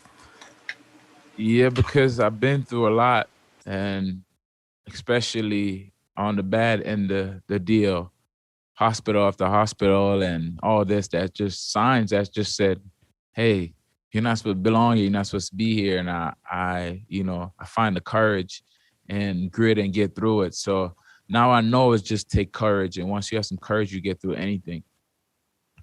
All right. And our last question here comes from the line of the LMD magazine. Go ahead. Hi, Jason. This is Michelle from LMD Magazine. How you doing today? I'm doing awesome. All right. So I fell in love with MMA about 3 years ago because of Black Sales MMA. So, and I learned that fighting is mental and physical. So what did you do to prepare for this fight? Well, the physical part is training, definitely. And the mental part is just finding ways every day is out of love, every little moment, every little thing. So you won't be upset or any type of bad energy in your body, just love. Close to your family, food, whatever it is, just more love, just bring more love. It builds up your mental game, I think. Love. All right. Thanks for the time, Jason. Good luck on Friday. Appreciate that. Recording stopped.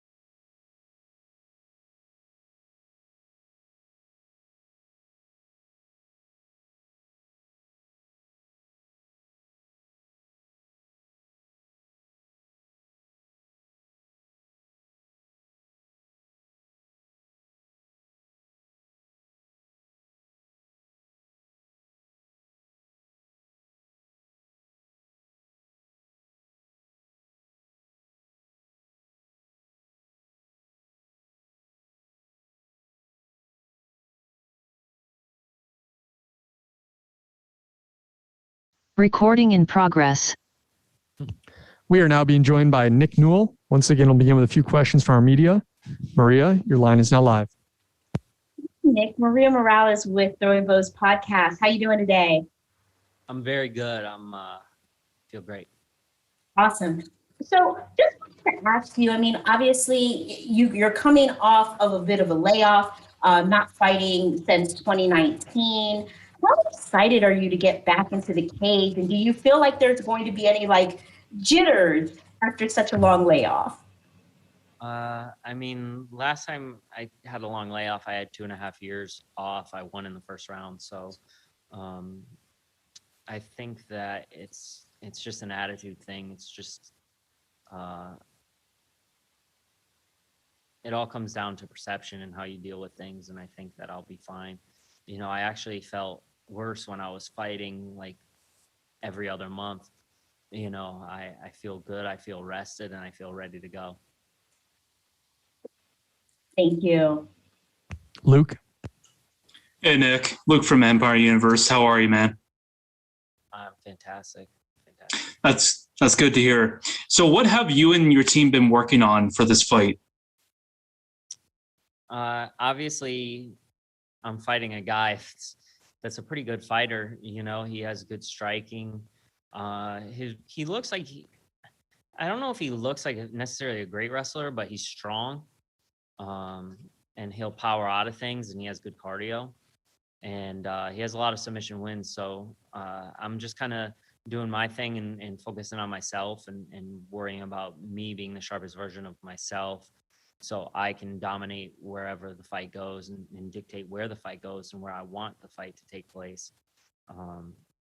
You know, I've had a great camp, and I've had great people around me, and I've added a lot of things in this camp that have been super beneficial, and is going to make a big difference. Thanks, Nick. Good luck on Friday night. Yep, thank you. Mateo. Hey, Nick. Mateo Urelli here from Boxeo Mundial. Looking forward to another victory on Friday night. Just a quick question on what becoming a father has meant to your life, both in training and how you approach being efficient with your training and getting the most out of every minute away from home. Oh, Mateo, my buddy, one of my favorite reporter right here, honestly, good friend. So anyway, being a father is tough, to be honest with you. It's hard when you have a fight camp coming up, because kids are a lot of work, and it's not easy being a father. It's easy making children, but being an excellent father is a tough job. It's a full-time job, and it requires a lot of your time. But when you fight, if you want to be the best, you have to be selfish. So for me, being selfish was hard, but it was something that I had to do for this fight camp. So my wife and her mother stepped up big time and kind of carried a lot of the weight and responsibility of some of these things. And every second that I had that wasn't training was dedicated to my children and my family. So, you know, after this fight, obviously is my 2-year-old. I have him signed up for soccer, so I'm excited for that. And I think that's what I'm looking forward to most after this fight. But, you know, balancing all that is definitely tough, because you have to make sacrifices one way or the other. And when it's time for fight camp, you have to focus on the fight. Well, that's good to hear, man. I have a stepdad, and we have a saying in my house that he's not the stepdad, he's the dad that stepped up. But I just have a follow-up question. I was reading a story about your early career, and you spent some time in South Florida, I understand, training, and really had some early success in your career, some first-round victories. And I understand there was a mentor named Florida Doug who kind of took you in and taught you the ropes, taught you about life, taught you about mixed martial arts. And I just wanted to know, it's not really a national story, but what Florida Doug has meant to your life and your career. So Florida Doug is, you know, he taught me a lot about business, is what he did. He taught me that anything is possible. And sometimes even if you're just having a sandwich, your dreams can come true. So if you're listening, Florida Doug, I appreciate everything you've done for me, and the motivation you gave me to start a business and start a family and fight at the highest level. So I appreciate you, Florida Doug. You're the man, Nick. Looking forward to Friday. Go get him. Yeah. All right, Michael. Hey, Nick, how are you?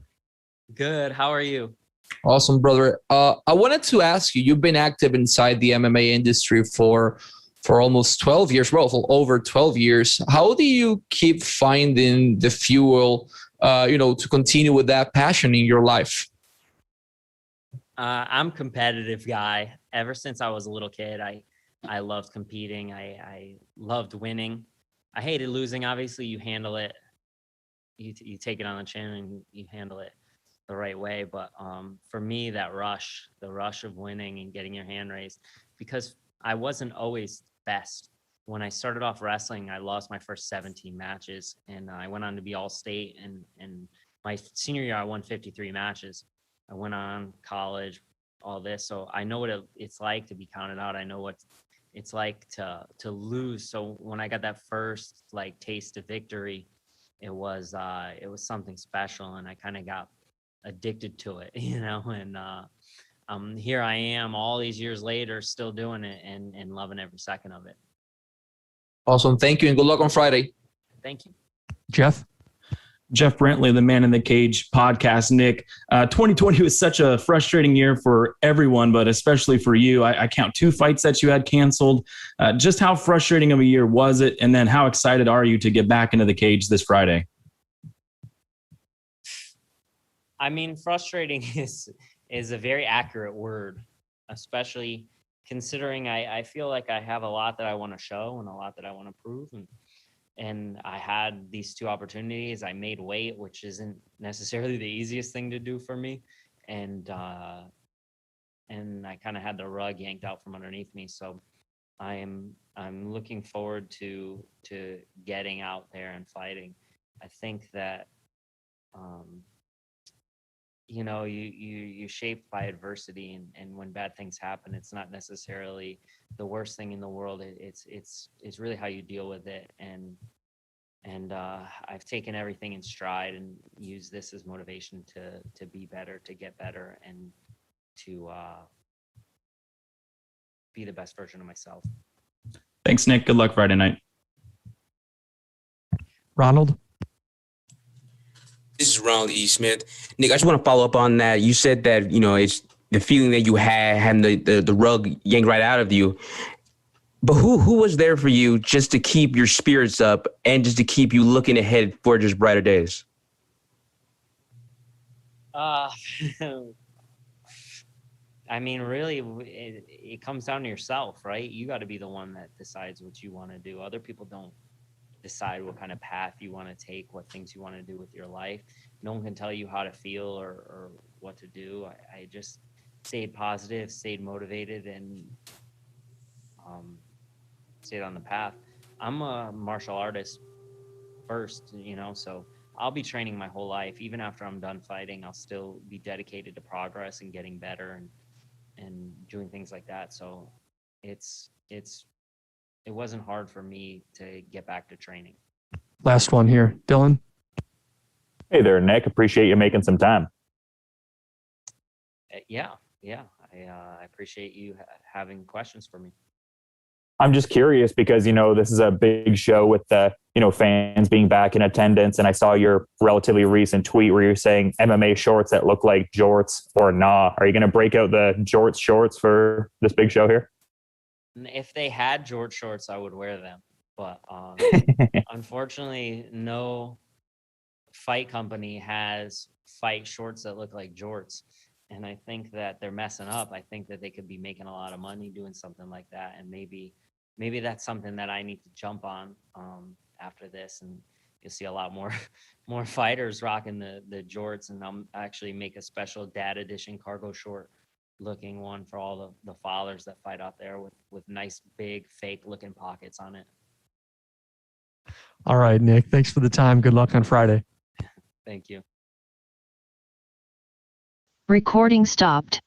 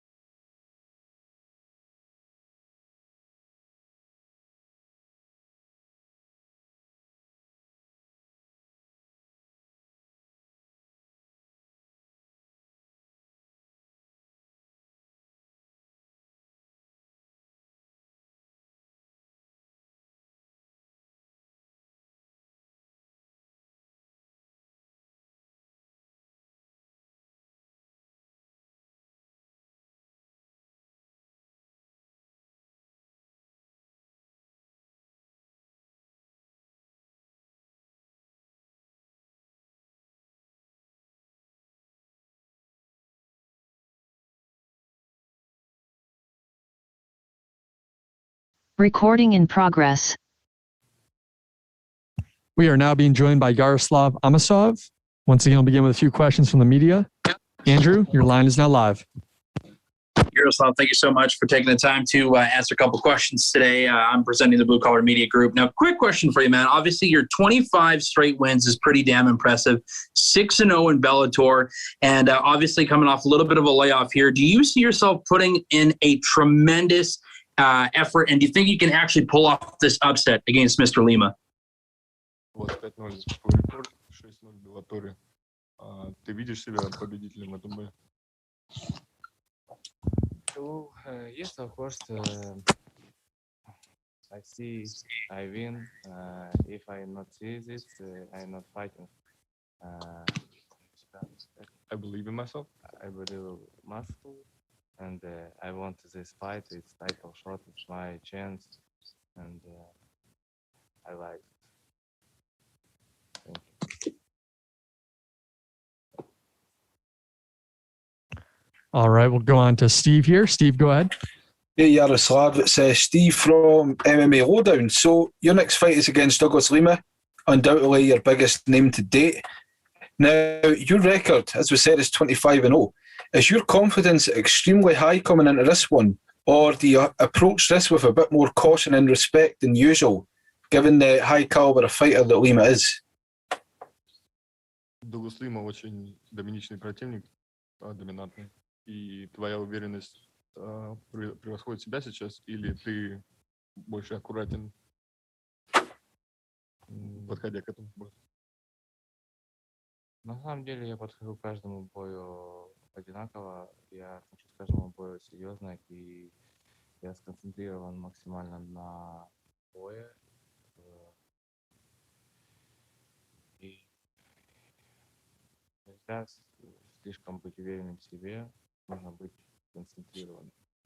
I come into every fight the same way. I try to be very cautious with my opponents. You can't be over too confident. When you go into a fight, you have to be strictly focused and laser focused on the fight you're coming into. No, we're very excited. Best of luck, and we can't wait.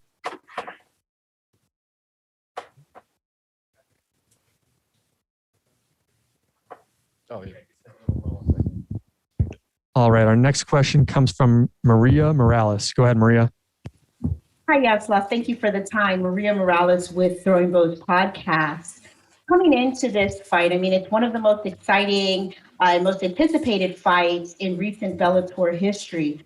But if you pull out the victory and get the belt, you know, what are you looking to do next? Are there any other opponents within Bellator that you are thinking about? Are there opponents elsewhere that you're thinking about? What would be next for you?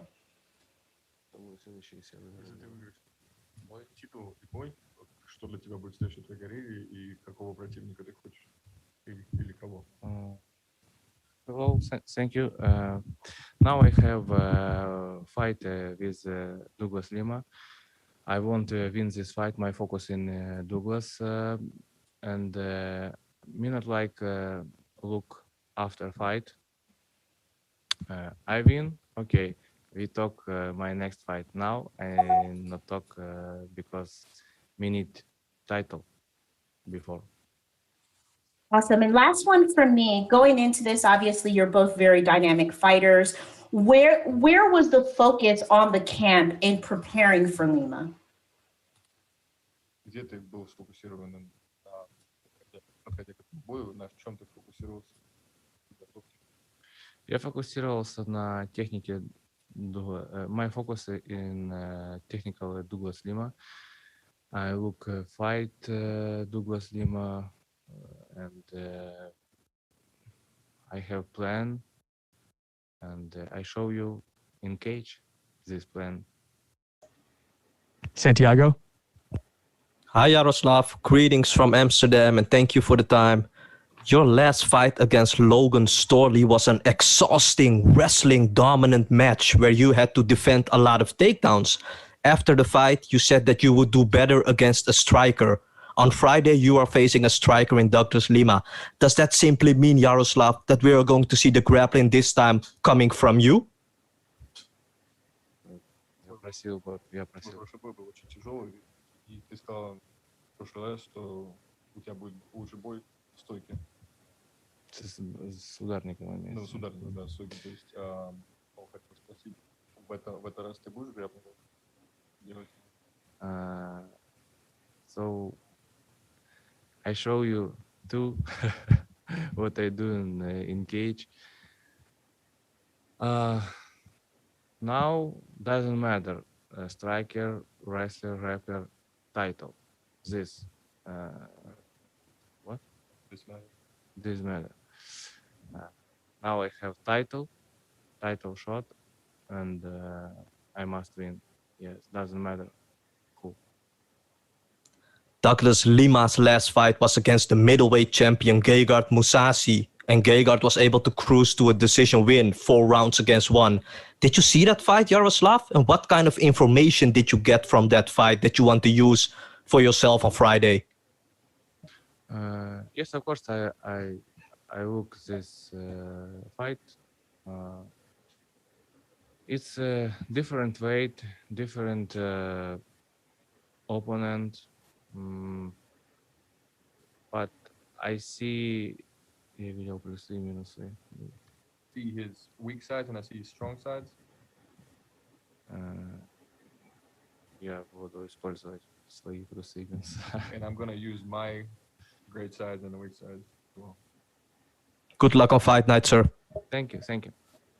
Michael? Hey, Yaroslav.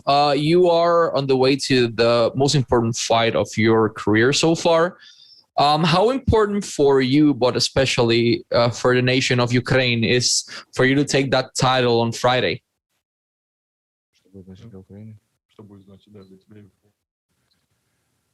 I'm happy, and I think my country happy too, because I first champion. If I win, I first champion MMA, big organization. I'm happy because I take this title, my mother. I think happy my family, my friend, my team, anything who know me. Thank you to both of you, and good luck on Friday. Thank you. All right, we'll take 1 or 2 more. Abraham? Hey, Yaroslav. It's Abraham from the Fight League Report. Are there any jitters entering this fight right now, since you're going to fight one of the best welterweights in the world in Douglas Lima? There's a title on the line, and you guys are going to be the first main event for Bellator to open up to fans. Are there any jitters or nerves, or is it just another fight, another day at the office for you? Первый бой Беллатора, первый main event с людьми в стадионе. Как ты себя чувствуешь? Ты нервничаешь или ты себя самоуверен? С фанатом, точно фанатом, значит. Me like fighting. Fighting with fun, because it's energy, big energy. You fighting if you have beautiful fight, people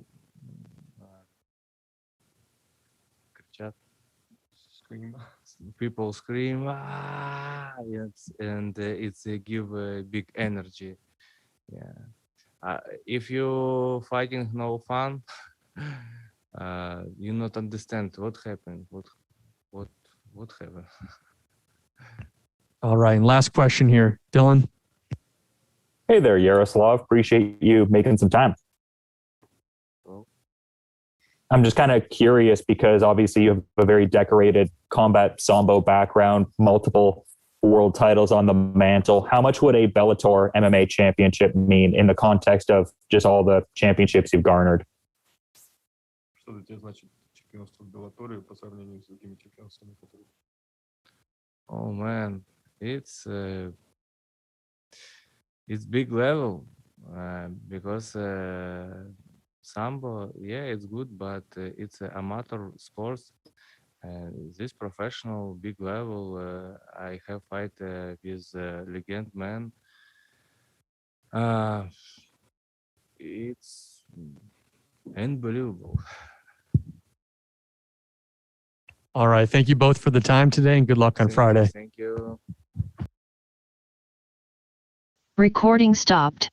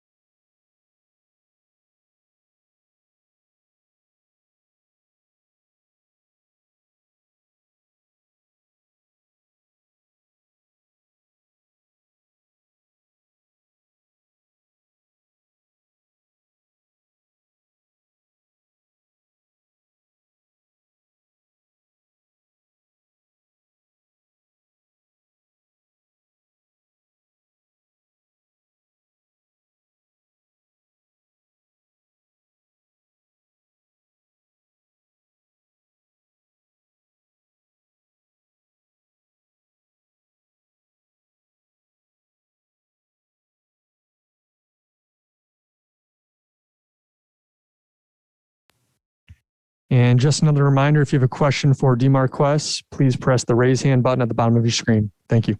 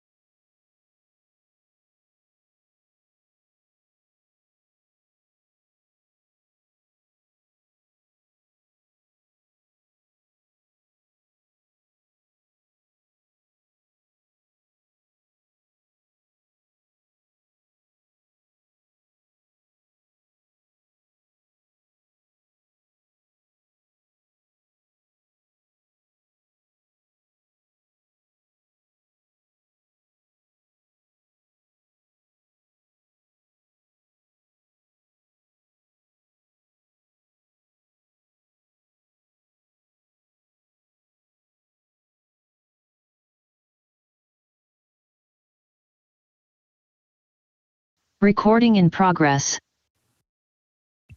All right, we are now being joined by Demarques Jackson. Once again, we'll be with a few questions from our media. Michael, your line is now live. Hey, Demarques, how are you? I'm fine. I'm good. Perfect, man. I wanted to ask you, you are facing Mark Lemminger this time. What do you and your corner plan to do to get back on the winning track? Keep my hands up and definitely try to avoid the takedowns, keep moving on the feet, and hit and don't get hit. And how important is this fight for you and your career? Every fight's important for me in my career, and this one's, I want to get a win, under the Bellator banner as a contracted fighter. First time I fought from Bellator, I wasn't a contracted fighter. I just fought on the undercard, and I didn't get a win. So this will mean a lot, to get a win as a contracted fighter, and also being on Showtime, back from the pandemic, first fight on the main card, like that's kind of big idea, pretty big. It'll be really, really, good for my career to get a win and, and make a statement. Awesome, brother. Wishing you good luck for Friday. I appreciate it. Mike? Hey, I was just curious, why such a quick turnaround for you? And then if you could, I asked your teammate this as well, if you could just kind of speak on what your team down at Sanford has meant to you and your career, but more importantly, why such a quick turnaround? I know you talked about the importance of getting a win under the Bellator banner, but why such a quick turnaround? I don't really see this as a quick turnaround. I have a guy that's gonna fight 3 times in 3 months at the gym, So for me, this is not a quick turnaround, especially if you look at last year, what happened, I only fought once. So I took 1 week off from after my last fight. I took 1 week off. Then I got back to training in the gym, and I went, cornered some people over the weekend. But other than that, I've been in the gym training since my last fight, a week after my last fight. So if you're in the gym training, you want to fight. So that's why I'm here. So Demarques, this is your third fight with Bellator, second over here at Mohegan in the fight sphere. You've obviously experienced what it's like to fight without fans here. Are you excited to have the fans back? I got my family from home. They're coming up. I have some friends coming up. So I'm super, super excited, to have the fans back here. And I'm really looking forward to hearing them cheer and put on a show for them. Jim? Thank you. Tell about being a part of Sanford MMA, the training there, how you've progressed, and also about the kickboxing training that you teach at Hard Knocks 365. Sanford, it's been a blessing. I've been with Henry and Greg. I started off with them, Henry, Greg, Dr. Peacock, back when we was back at Black Zillions. So this was 2016. So I pretty much gave my life in their hands. I pretty much gonna follow them from gym to gym. And now we're at Sanford MMA, and we have a lot of good guys coming in now. A lot of hungry younger guys is coming up. So for me, being there so long, I get re-inspired every time we get some new guys come in the gym, and they're really, really good and talented. So for me, it's constant. I have to evolve if I want to keep up. So it's a really, really good place for me there. And also about the training, that you're training others too. Oh yeah. I teach kickboxing. I kind of took some time off once I got signed to Bellator, but I used to teach kickboxing down at Hard Knocks. Trying to give back. Henry gave me so much, and gave me so much knowledge in kickboxing, Dutch kickboxing. I try to just give back to, people that want to fight amateur, or sometimes, pro guys, amateurs, or even people that just want to, train for fun. I always try to give back. All the best on Friday. Thank you. I appreciate it. Michelle? Hey, how you doing, Demarques? This is Michelle from LMD Magazine. Oh, thank you. And I got a quick question. What is the best thing about being a Bellator MMA fighter? The best thing about being a Bellator MMA fighter. I think this right here. No uniforms. You get to wear what you want. You get to have your sponsors on your banner. I think that means a lot to a lot of fighters. That extra income. That extra income can get them through training camp, get them through get them through the year. The extra income coming in. So I think that's, for me, that's why I'm really, really happy to be part of the Bellator team. Thank you. All right. Thank you very much and good luck on Friday, man. Thank you. Thank you. Recording stopped. Next up is Aaron Pico.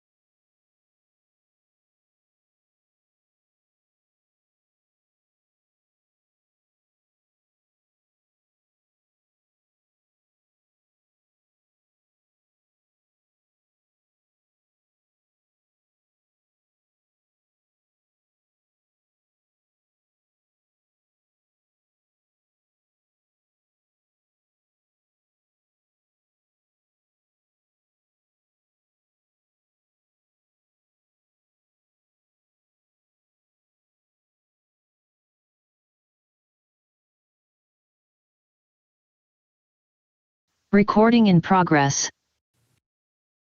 We are now being joined by Aaron Pico. Once again, we'll begin with a few questions from our media. Michael, your line is now live. Hey, Aaron, how are you? I'm doing good. How are you? Everything good here, man. Thank you for your time. I wanted to ask, you've been fighting on Bellator all your career. What motivates you to, maintain your loyalty to this company? Well, for me, I've been with the company since I just turned 18. I've been with them a long time since I've been a young kid. So everybody here feels like family. Everybody treats me well. I know all the staff and everybody's been good to me. So I love everybody here. Awesome, man. Thank you, and good luck on Friday. Thank you. Andrew? Hey, Aaron, Blue Collar Media Group, Andrew speaking here, man. You've had some major highlight reel knockouts. And yeah, I know that a lot of people probably think those heavy hands are something that you've got. Is there one part of your game that you would say is completely underrated that gets slept on? I think a lot of people don't they always say, oh, why don't you use wrestling a lot? And if you look at my last 3 fights, I have used my wrestling. But that's just, for me, I just have so much power in my hands. If I land one shot, it could put you to sleep. But I think a lot of people underestimate my grappling. My grappling is actually very, very good. And it's an area I spend a lot of time in training. I know a lot of people see me post a lot about striking, but I'm in the gym doing jiu-jitsu and a lot. So I think that's one area I think a lot of people underestimate me. Santiago? Hi, Aaron. Greetings from Amsterdam, and thank you for the time. Always a pleasure talking to you. No worries. How's everything? Everything is going great. Thank you so much. So how much better is everything for you now since that you signed with Dominance MMA and Ali Abdelaziz? I mean, there's no more rushing anything, right, Aaron? Everything is being planned precisely. I feel good. I really love Ali. I love being a part of the team. Dominance. Ali is a really, really good manager. Honestly, I don't think there's anybody better than him. It's a very, very good team over there. of course, Ali is a manager, but there's a lot of people behind the scenes that probably never are seen on camera, that do a lot of behind the scenes work, that are working their butts off. So it's definitely an army over there, and I'm very happy to be a part of it. In your last fight against John De Jesus, you kind of drained your opponent in the first round with some heavy wrestling and ground and pound. And then in the second, when your opponent lost a lot of his energy, you put him away with a sensational strike. I mean, that calmness and the patience, is that all there right now because of the amazing team that you have behind you who really know how to game plan? Yeah, I think I am a way better fighter than I was the last fight. It's been 7 months since I've stepped in the cage. So I'm looking forward to putting on a great performance Friday night. But I just got to go in there and use my skills and be a warrior. And God willing, it's going to be a good night for our team. Ed? Hey, Aaron. Ed Carbajal for MMAnews.com. I'm just wondering, I mean, you seem to be in a winning stride right now. In the past, you've kind of mentioned the competitive fire in your belly has sometimes been good, sometimes it's been bad. So I just wanted to know where you at as far evolving as a mixed martial artist and stuff like that. I mean, I remember when you picked up one of your recent wins, you were like you had to almost calm yourself down because of the adrenaline rush that you got. So I just want to know where you were mentally now with getting into use of stride of the fight camps. Yeah, I feel good. I'm at a really good place mentally and physically. One thing I always try to keep in mind, not too high, not too low, just right in the middle. A lot of work has been put in this camp, just like all the previous ones. But I'm at a good place, like I said, mentally and physically. I'm excited to go in there and do my job. But yeah, I feel good. I'm happy. My weight is good. Camp went really, really well. I'm happy. So that's ultimately what you want. Cool. Thank you. Mike? Aaron, first and foremost, congrats on the future opportunity to becoming a father. I just want to ask, when early on in your career, when you had those couple step backs, a lot of fighters may shy away from having those tough conversations and really getting together with their coaches and their team. And obviously, you have some of the best there at Jackson Wink. I'm curious, what did those moments when things weren't going perfect for you, what did that do for you as you're now on this current win streak? Well, I really had to dig deep mentally. I mean, of course, it's not easy in this fight game. You're only as good as your last fight. So sometimes, coming off losses for me back to back was very, very difficult. But the coaches and my team around me were like, "Man, you're going to be one of the best fighters on this planet. Just it's going to take some time. You have a lot to learn, but that's why you're here. So let's put in the work." And I really do. I'm in the gym 2-3 times a day. If you want to be good at anything, if you want to be the best, it requires a lot of work. So, there's nothing to it. I'm not really like a motivational speaker on this or when during tough times this and that. I'm not like that. I have one simple rule: pick yourself up, get back in the gym, and carry on. Steve. Hey, Aaron, it's Steve from MMA Lowdown. So you're on a 3-fight win streak, all won in a dominant fashion. Now, I imagined your next fight to be higher in the division, perhaps avenging that loss against Adam Boric.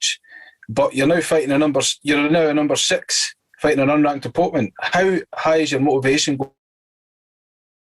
My motivation is always high. I mean, for me, I feel like every fight is a world championship fight. There's obviously a lot of pressure on me. This guy has nothing to lose, so that excites me. And what excites me the most is going in there and using the new tools that I've learned to use with the coaches for the last 7 months since my last fight. So the motivation is always there. Anytime I get to go and have the opportunity to beat somebody up, it motivates me and it excites me. So yeah, no lack of motivation there. I don't care if it's a ranked opponent or a guy off the street. As soon as I step in the cage, I'm fighting for my paycheck. So yeah, that excites me the most, taking home all my money. Abraham? Hey, Aaron, this is Abraham from the Fight League Report. I wanted to know, what has been your biggest takeaway so far in MMA from the mental aspect and also the aspect in competing a couple times a year and so far in your young career? I'm sorry, can you repeat the question one more time? I'm sorry. No, you're good, man. I just wanted to know, what has been your biggest takeaway so far in your young career mentally, since you have mentioned how you have evolved mentally, but also the competition aspect of MMA? Yeah, that is a good question. To be honest with you, I haven't really put too much thought into it. But if I had to say one thing, is just stay the course. As simple as that. Stay the course. Things are going to happen, and as long as you're doing the work and you can be true to yourself, when you go to practice outside the gym, if you're doing everything right, there should be really no mental glitches because you've done everything you possibly could to prepare yourself as an athlete, as a professional, and showing up to the fight fight week should be one of the best weeks of your life because you finally get to show what you've been working on for the past 8-12 weeks. So as far as answering that question mentally, I don't really have a clear answer. Sorry. All right, we'll take one or two more. Siraj? Hey, Aaron, you've been talking a lot about your coaching staff here. So I actually wanted to go a little deeper. I feel like Six Gun is really taking a liking to you and has spent a lot of time with you, especially during the pandemic. So I just really wanted you kind of go into detail about that relationship because your striking is just on another level now. So what's he done for you?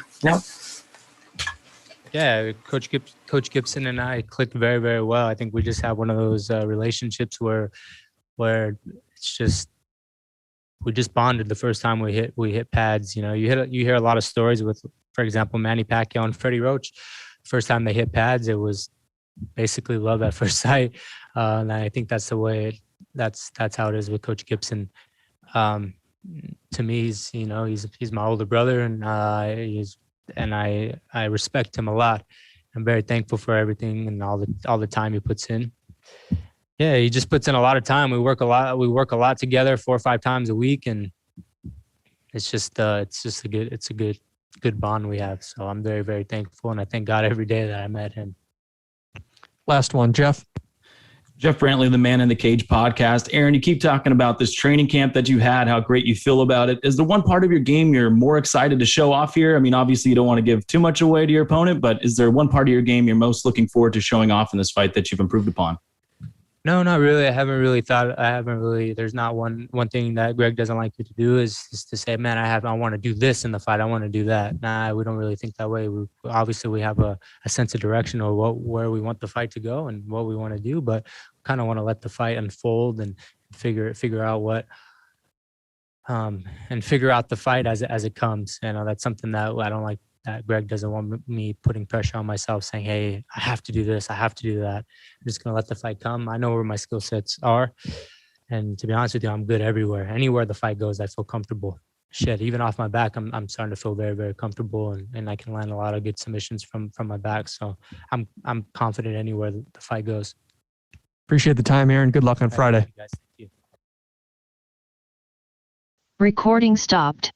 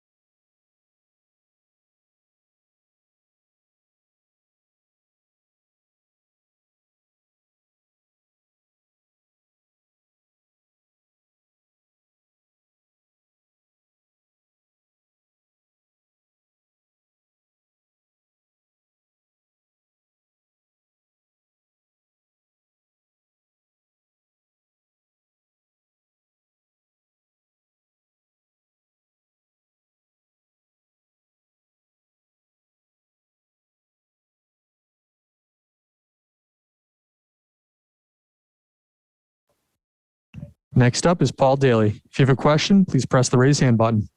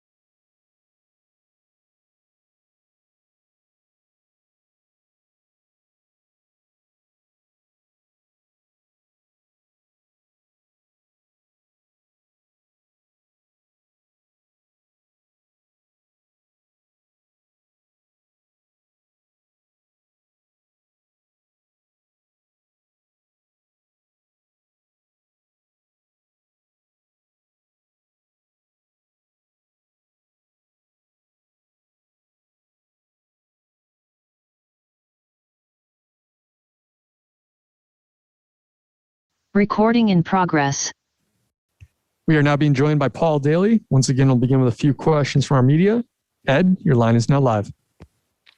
Hello, Mr. Daley. Ed Carbajal with MMAnews.com. Just one question from me. How do you, what's your assessment on your opponent here? He picked up a few wins, picked up a lot of steam, given your experience versus a guy that, his record is like a fraction of yours. I'm just wondering what your assessment is when you signed for this bout. I've been matched with him before previously, so I wasn't aware before I was matched with him previously, but I'm quite I know about Jason Jackson, and he's a great guy, a good fighter, well-rounded, comes from a good team, nice, clean, straight punches. Athletic, he's a decent fighter, and he's very much improved. That's my assessment of Jason Jackson. But I'm just curious because he's upset. Like the win streak he's picked up they're almost all like upsets. So I'm wondering if there's any concern on your part. Not at all, because none of the guys have been anywhere near my ability or my experience at a high level. There's some good wins for the current crop of Bellator fighters and the up-and-comers, but Ben Henderson, he's only fought up-and-comers, if I'm correct. He's not fought a guy like me before. And even in those fights, he's winning by decisions and split decisions. And I take nothing away from him in those results and how he's won the fights, because he's won the fights, but he hasn't fought a guy like me. Maria? Hi, Paul. Maria Morales with Throwing Bows podcast. How are you today? I'm good, thank you. So just two quick ones from me. First and foremost, I think a lot of folks were surprised when you announced initially that you would be retiring, and then more so surprised when it was announced that you were coming out of retirement to face Jackson. Is this a permanent move? Will this be your last fight? Can we look forward to seeing you in the cage again, regardless of the result? I think you'll see me again. I will defend the 175-pound belt on Friday. I will beat Jason Jackson, and then I'm going to move forward, and we'll see what Bellator has to offer me. The fact that I'm in here so quickly did help with the decision to continue in the sport of mixed martial arts. And I'm happy I made the decision, because my ability and where I'm at, as far as my mental game and in my preparations and everything I'm just too good to quit right now. Absolutely. And then the last one for me, with that decision, and obviously stating that we'll likely see you again, you're in the mix, right? You're in the top 10. There's a lot going on in this division right now. How or what would entice you to truly stick around and try to make a run for the belt? Like I said, I'm already the champion. I'm the 175-pound champion. I'm defending my belt Friday. I'm just waiting for Scott to make me up a belt, and then I'll be collecting that. But the welterweight division looks interesting. I don't pay attention too much to anybody below Douglas Lima. He's the benchmark. he is, he's the king of the division, and so he should be as one hell of a fighter, an extremely dangerous fighter. But yeah, as far as the welterweights, if I was looking at a fight, it would be for the title. Yeah. Steve? Hi, Paul. It's Steve from MMA Lowdown. So you're fighting a tough opponent in Jason Jackson now. We know he's in a good spot in the rankings at 170, and yourself at 175 pounds are pretty comfy. At this stage in your career, a win over Jackson could have gotten you closer to the belt. Are you looking to chase the title in the future, and someone you might consider post-fight, or is it all about exciting fights at this stage? Well, like I said, I'm already the 175-pound champion. I'll be defending my belt Friday, and moving forward, if I drop back down and fight for the 170 belt, I think is deserving. I will knock Jason Jackson out on Friday, and we'll see what is laid ahead as far as what Bellator want to do with me. Whether they send me for a title dropping down in weight class, or I just reign for the duration of my contract as a 175-pound champion. We'll see. It's a pleasure. Best of luck. Cheers, mate. Thanks. Mills? Hey, how's it going? This is MMA Locker Room, part of Puff Sports Radio. I just want to say you're one of the best MMA strikers of all time. You fought the who's who in every single organization. But I actually want to see what's in your mind when you're walking out to that locker room, into that octagon. Like, are you ready to go out there and kill? Are you cool, calm, collective? Like, take us in the mind of Paul Daley. Well, for the most part, you don't want to be in the mind of Paul Daley because your shit's scary in there. But pre-fight, it's what I love to do. This is, I'm detached emotionally. No matter what you see me portray pre-fight, I just love to do this. I'm on autopilot. I'm relaxed. I'm taking everything in. The last fight with no audience is what it's like in my head anyway. It didn't feel any different than a normal fight. I hear nothing but my corner, and I'm just locked in a cage with another guy that wants to do me harm. That is it. That is my mindset. I'm just 100% relaxed and ready to go. Got it. And I got one more question. I'm a betting man myself, and I already got a play on you as the underdog on air. But if there's one other fighter that you think's going to win on the card that I should parlay him with, who would you go with? Probably Aiden Lee.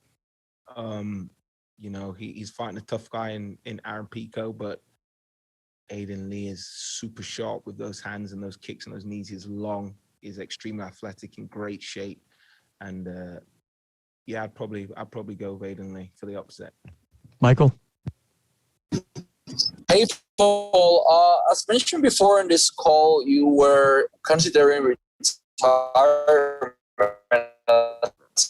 Alternative your career as a fighter to be inside the MMA industry. We had some issues there with your question. I don't know if you're able to type it up on screen. I didn't get all of it, but I heard it was something to do with retirement. And I'm just ready to fight on Friday. That is it. I'm ready to fight Friday, ready to entertain, ready to get the win. Take care of this guy. And Andrew? Hey, Paul, Andrew from Blue Collar Media Group. First and foremost, you're one of my favorite fighters, man. So this is pretty cool.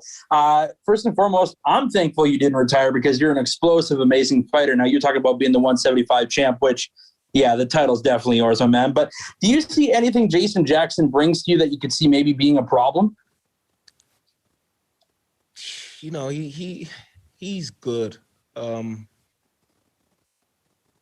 don't see any problems, because the only problems that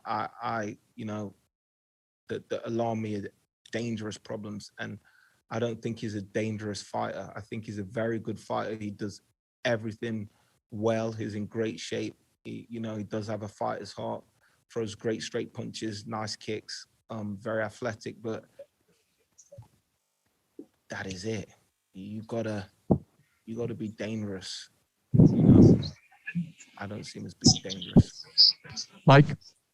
Hey, Paul, I know everyone's asking about the retirement. I don't want to ask about the retirement. I want to ask about, to you, Paul Daley, what it means to be a fighter at your age at this point in your career to continue to add things that you want to check off your resume, things you want to continue to accomplish, and not talk about retirement anymore? To be fair, I don't really the way I'm training, the way I'm performing. I forget my age. It's not until it comes up on the tail of the tape like I'm like, shit, I'm fucking old. But I forget my age. The only motivation for me is to keep winning. I'm too good to quit. And just on the side of that is just collecting the paychecks and taking care of my family, which is obviously is an important part of being a professional athlete. Last one here, Dylan. Hey there, Paul. Appreciate you making the time. No problem. I'm just curious because, I mean, you're obviously preparing for defending your 175-pound championship here, but with Bellator's dynamic with Showtime here, I'm kind of curious, like, could we, see Paul Daley cross over into the world of boxing? I feel like if people were to draft up a list of MMA fighters to do that, you would have pretty high prominence there. I would love to box. Initially, probably against another MMA fighter who thinks that they can box because, boxing is completely different.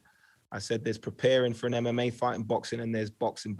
I've trained and sparred with WBC champions, undefeated up-and-comers, Commonwealth champions throughout my career, and boxing's different. But I'd love to box. I think I'm capable of holding my own against a decent level of boxing opponent, but give me a little warm-up fight first. Appreciate the time, Paul. Good luck on Friday. Cheers. Recording stopped.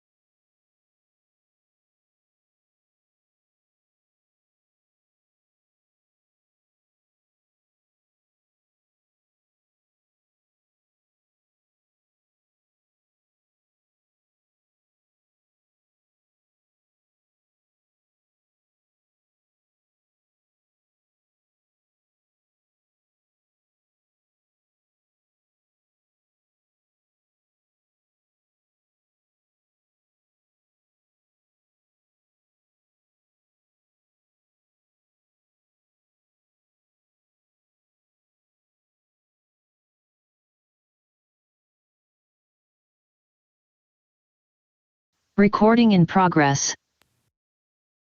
We are now being joined by Douglas Lima. Once again, we'll begin with a few questions from our media. Gabriel, your line is now live. Hello, Douglas. Can you hear me? Yes, sir. Hey, Douglas. Two questions. The first one, you've experienced no fans. You've experienced big fights in Bellator. How excited are you to have the fans back for this one on Friday? Yeah, very, very excited about that. I fought without the crowd last time. It was not too bad, not as bad as I thought, but it's always good when you have people cheering, people making noise. It definitely helps, the fighters with the performance, helps you push harder. So it's good. It's very good to have the fans back for sure. My second question, obviously Yaroslav is on a great run, but maybe not too many people know about him compared to some of the other guys in Bellator. We know what you bring to the table. So how do you personally make sure you stay motivated and you take this guy seriously when other people might want to talk to you about other fighters in the division? Man, it's like you look at the guy's record and you can tell, you got to take this guy serious, I'm the champion, what I mean? I fight anybody they give me. And I know, Amosov is a dangerous guy, he's a dangerous opponent. He's been beating everybody, they feed him. And his game, he's ready for this. Even though a lot of people don't know about him, I do, I've watched his fight, I watched his come up here in Bellator. And I know how serious of an opponent he is, coming off of a great camp, of American Top Team. the same team that I represent, he's training with killers, he's getting better, he's improving every time. So you gotta give respect, to guys like that, his game, he's not just, giving his title shot for nothing, he's earned it, and can't wait, to lock horns with him Friday night.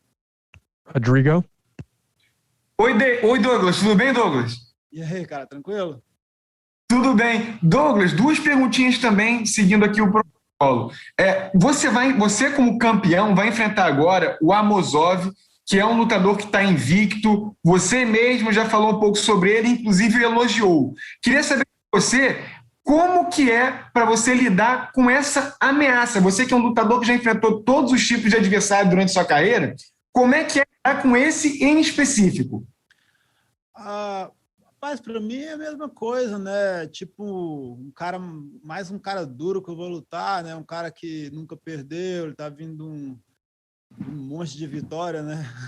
Nunca perdeu. Então é um cara perigoso, né? Um cara que treina num time que é muito forte, né? American Top Team, que é o mesmo time que eu represento. Eu sei que é um cara duro, então eu tenho que estar motivado. Acho que não existe desculpa para um lutador não ter motivação, entendeu? Para mim, isso é muito importante, porque, sem motivação, o que você está fazendo aqui, então, né? Vai arrumar o trabalho. Então, motivação eu sempre vou ter. Se eu não tiver mais essa motivação, eu me aposento. Então, eu sei que o cara é um cara perigoso, é um cara duro. Então, eu dei meu melhor nos treinos, fiz tudo que eu pude fazer. Poxa, não vejo a hora de lutar sexta-feira, né? Tem que estar pronto. And Rodrigo, Rodrigo, would you mind asking that question in English for us?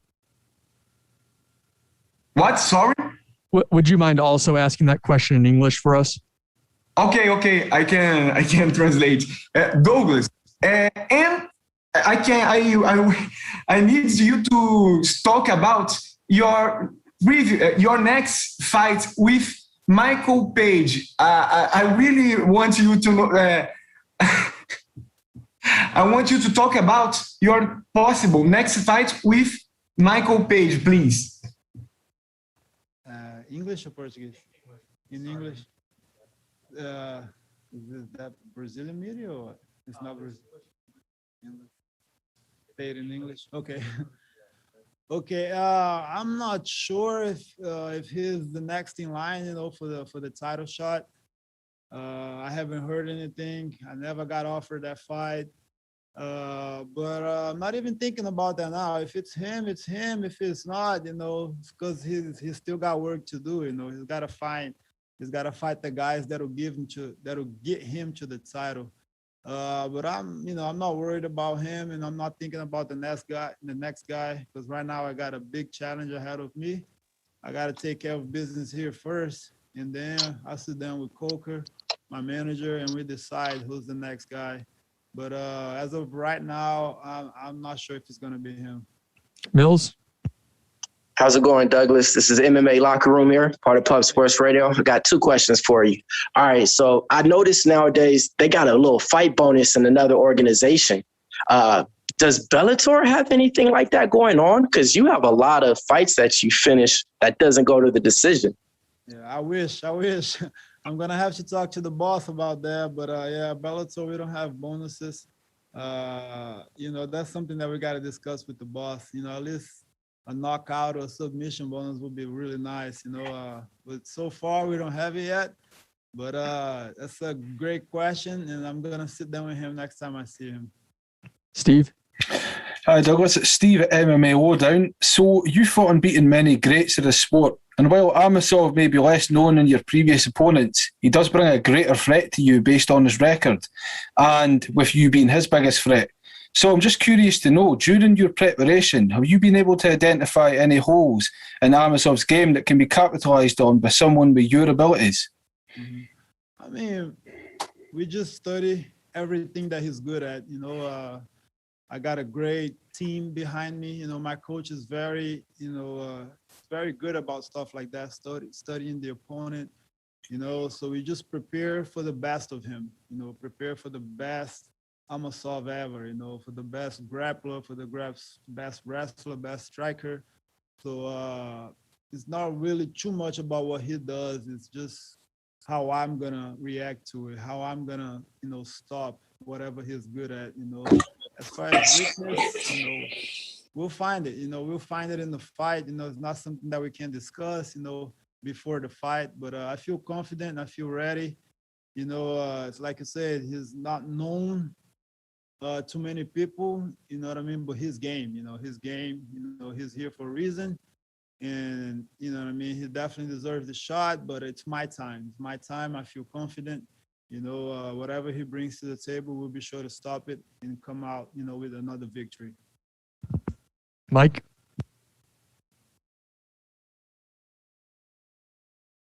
Mike, go ahead. Douglas, I'm just curious. You just paid a lot of respect to your opponent. Obviously, you've been in many high-profile fights. A lot of people putting focus on that undefeated record of his. What gets you up for this fight? Is it adding to your legacy? Is it showing just your true greatness? What is it for you? Oh, man, it's like I'm the champion. I got to defend the belt. I always give my opponents, the respect, because just stepping there, with a champion, stepping there in the cage, you deserve respect. I'm one of those guys. But, his game, man, he's undefeated. He's a hungry guy that's after what I have, which is the belt. He wants to be the champion. So I gotta be on top of my game. You know what I mean? I can't, take no shortcuts. I train really hard for this fight. I'm super ready. It's been a hard camp. You know what I mean? I got to go back to 170, cutting the weight. So I had to make sure I was on top of my game. You know what I mean? And work really hard for this. Definitely want to give my best performance, Friday night, come back, and come back with a victory. So pumped about it, and I'll be ready. Ed? Hey, Douglas, Ed Carbajal with MMAnews.com.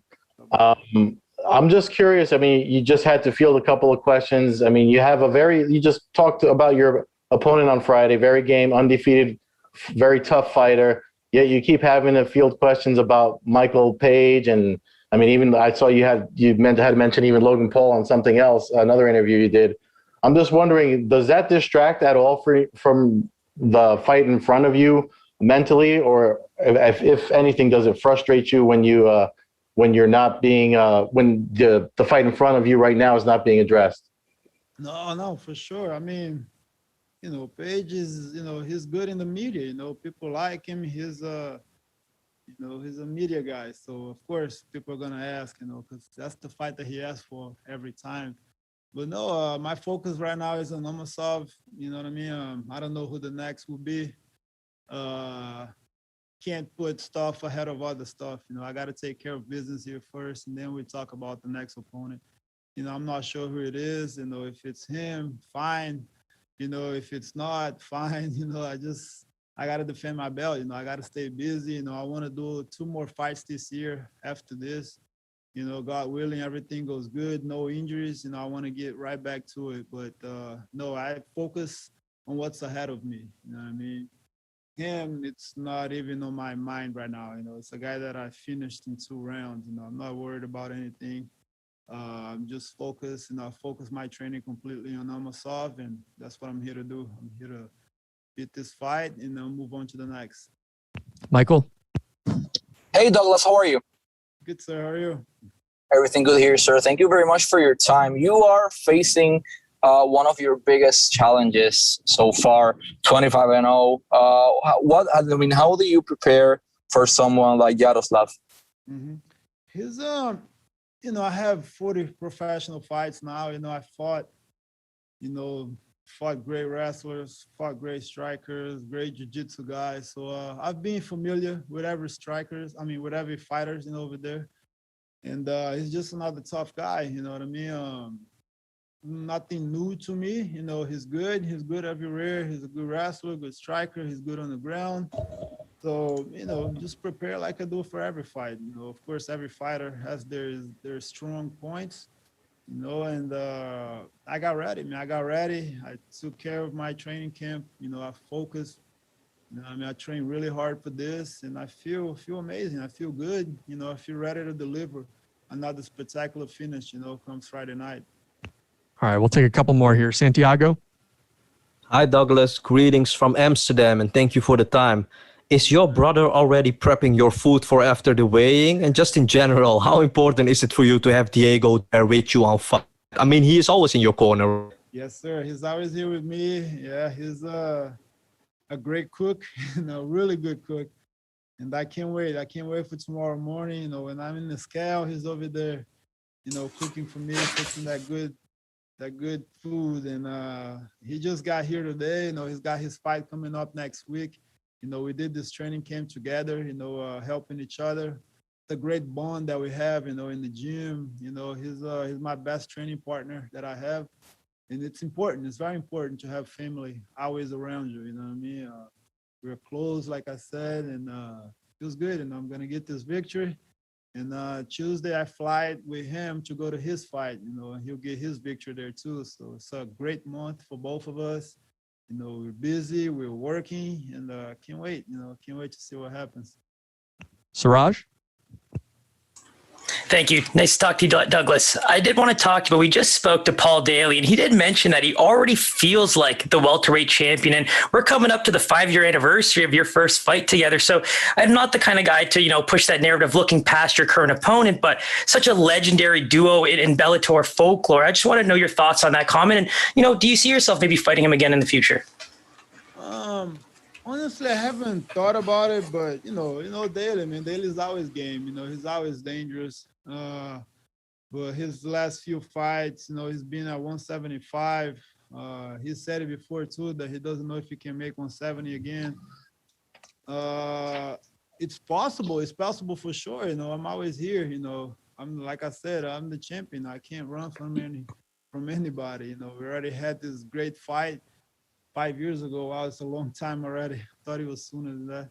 But yeah, if it happens, it happens. Of course, he's got my respect, his game, and no idea. If it happens, it happens. If it doesn't, it doesn't. I'm just fighting the next guy. I'm fighting who they put in front of me, and I'll be ready for anybody that steps in there with me. Last one, Andrew. Hey, Douglas. Good afternoon, man. You obviously just are coming off that loss to Gegard Mousasi. Did this teach you anything for this upcoming fight? And did you guys change anything up at camp at all? Not in camp. I think on that fight, man, it was just myself. I just I felt like I was just too comfortable being the champion already at 170. I thought moving up wouldn't do anything. If I lost the fight, I'm still the champion at 170. So the main thing, that I take away was just the hunger. I didn't have that hunger going into that fight. And I really needed that, especially against an opponent like Mousasi. I let everybody down. I let myself down. I was disappointed at myself, for not throwing, the performance that I should have. Even though his game, he can't take anything away from Mousasi. He's a killer in there. I respect the guy so much, but I definitely felt like I could have won that fight. I woke up a little too late, third round and on. It was just too late. I pushed the gas too late. You know what I mean? So it was a mistake that, it's my own fault. It's not nobody's fault but myself. And definitely learn from me. I'm hungry again, for this fight, back to 170.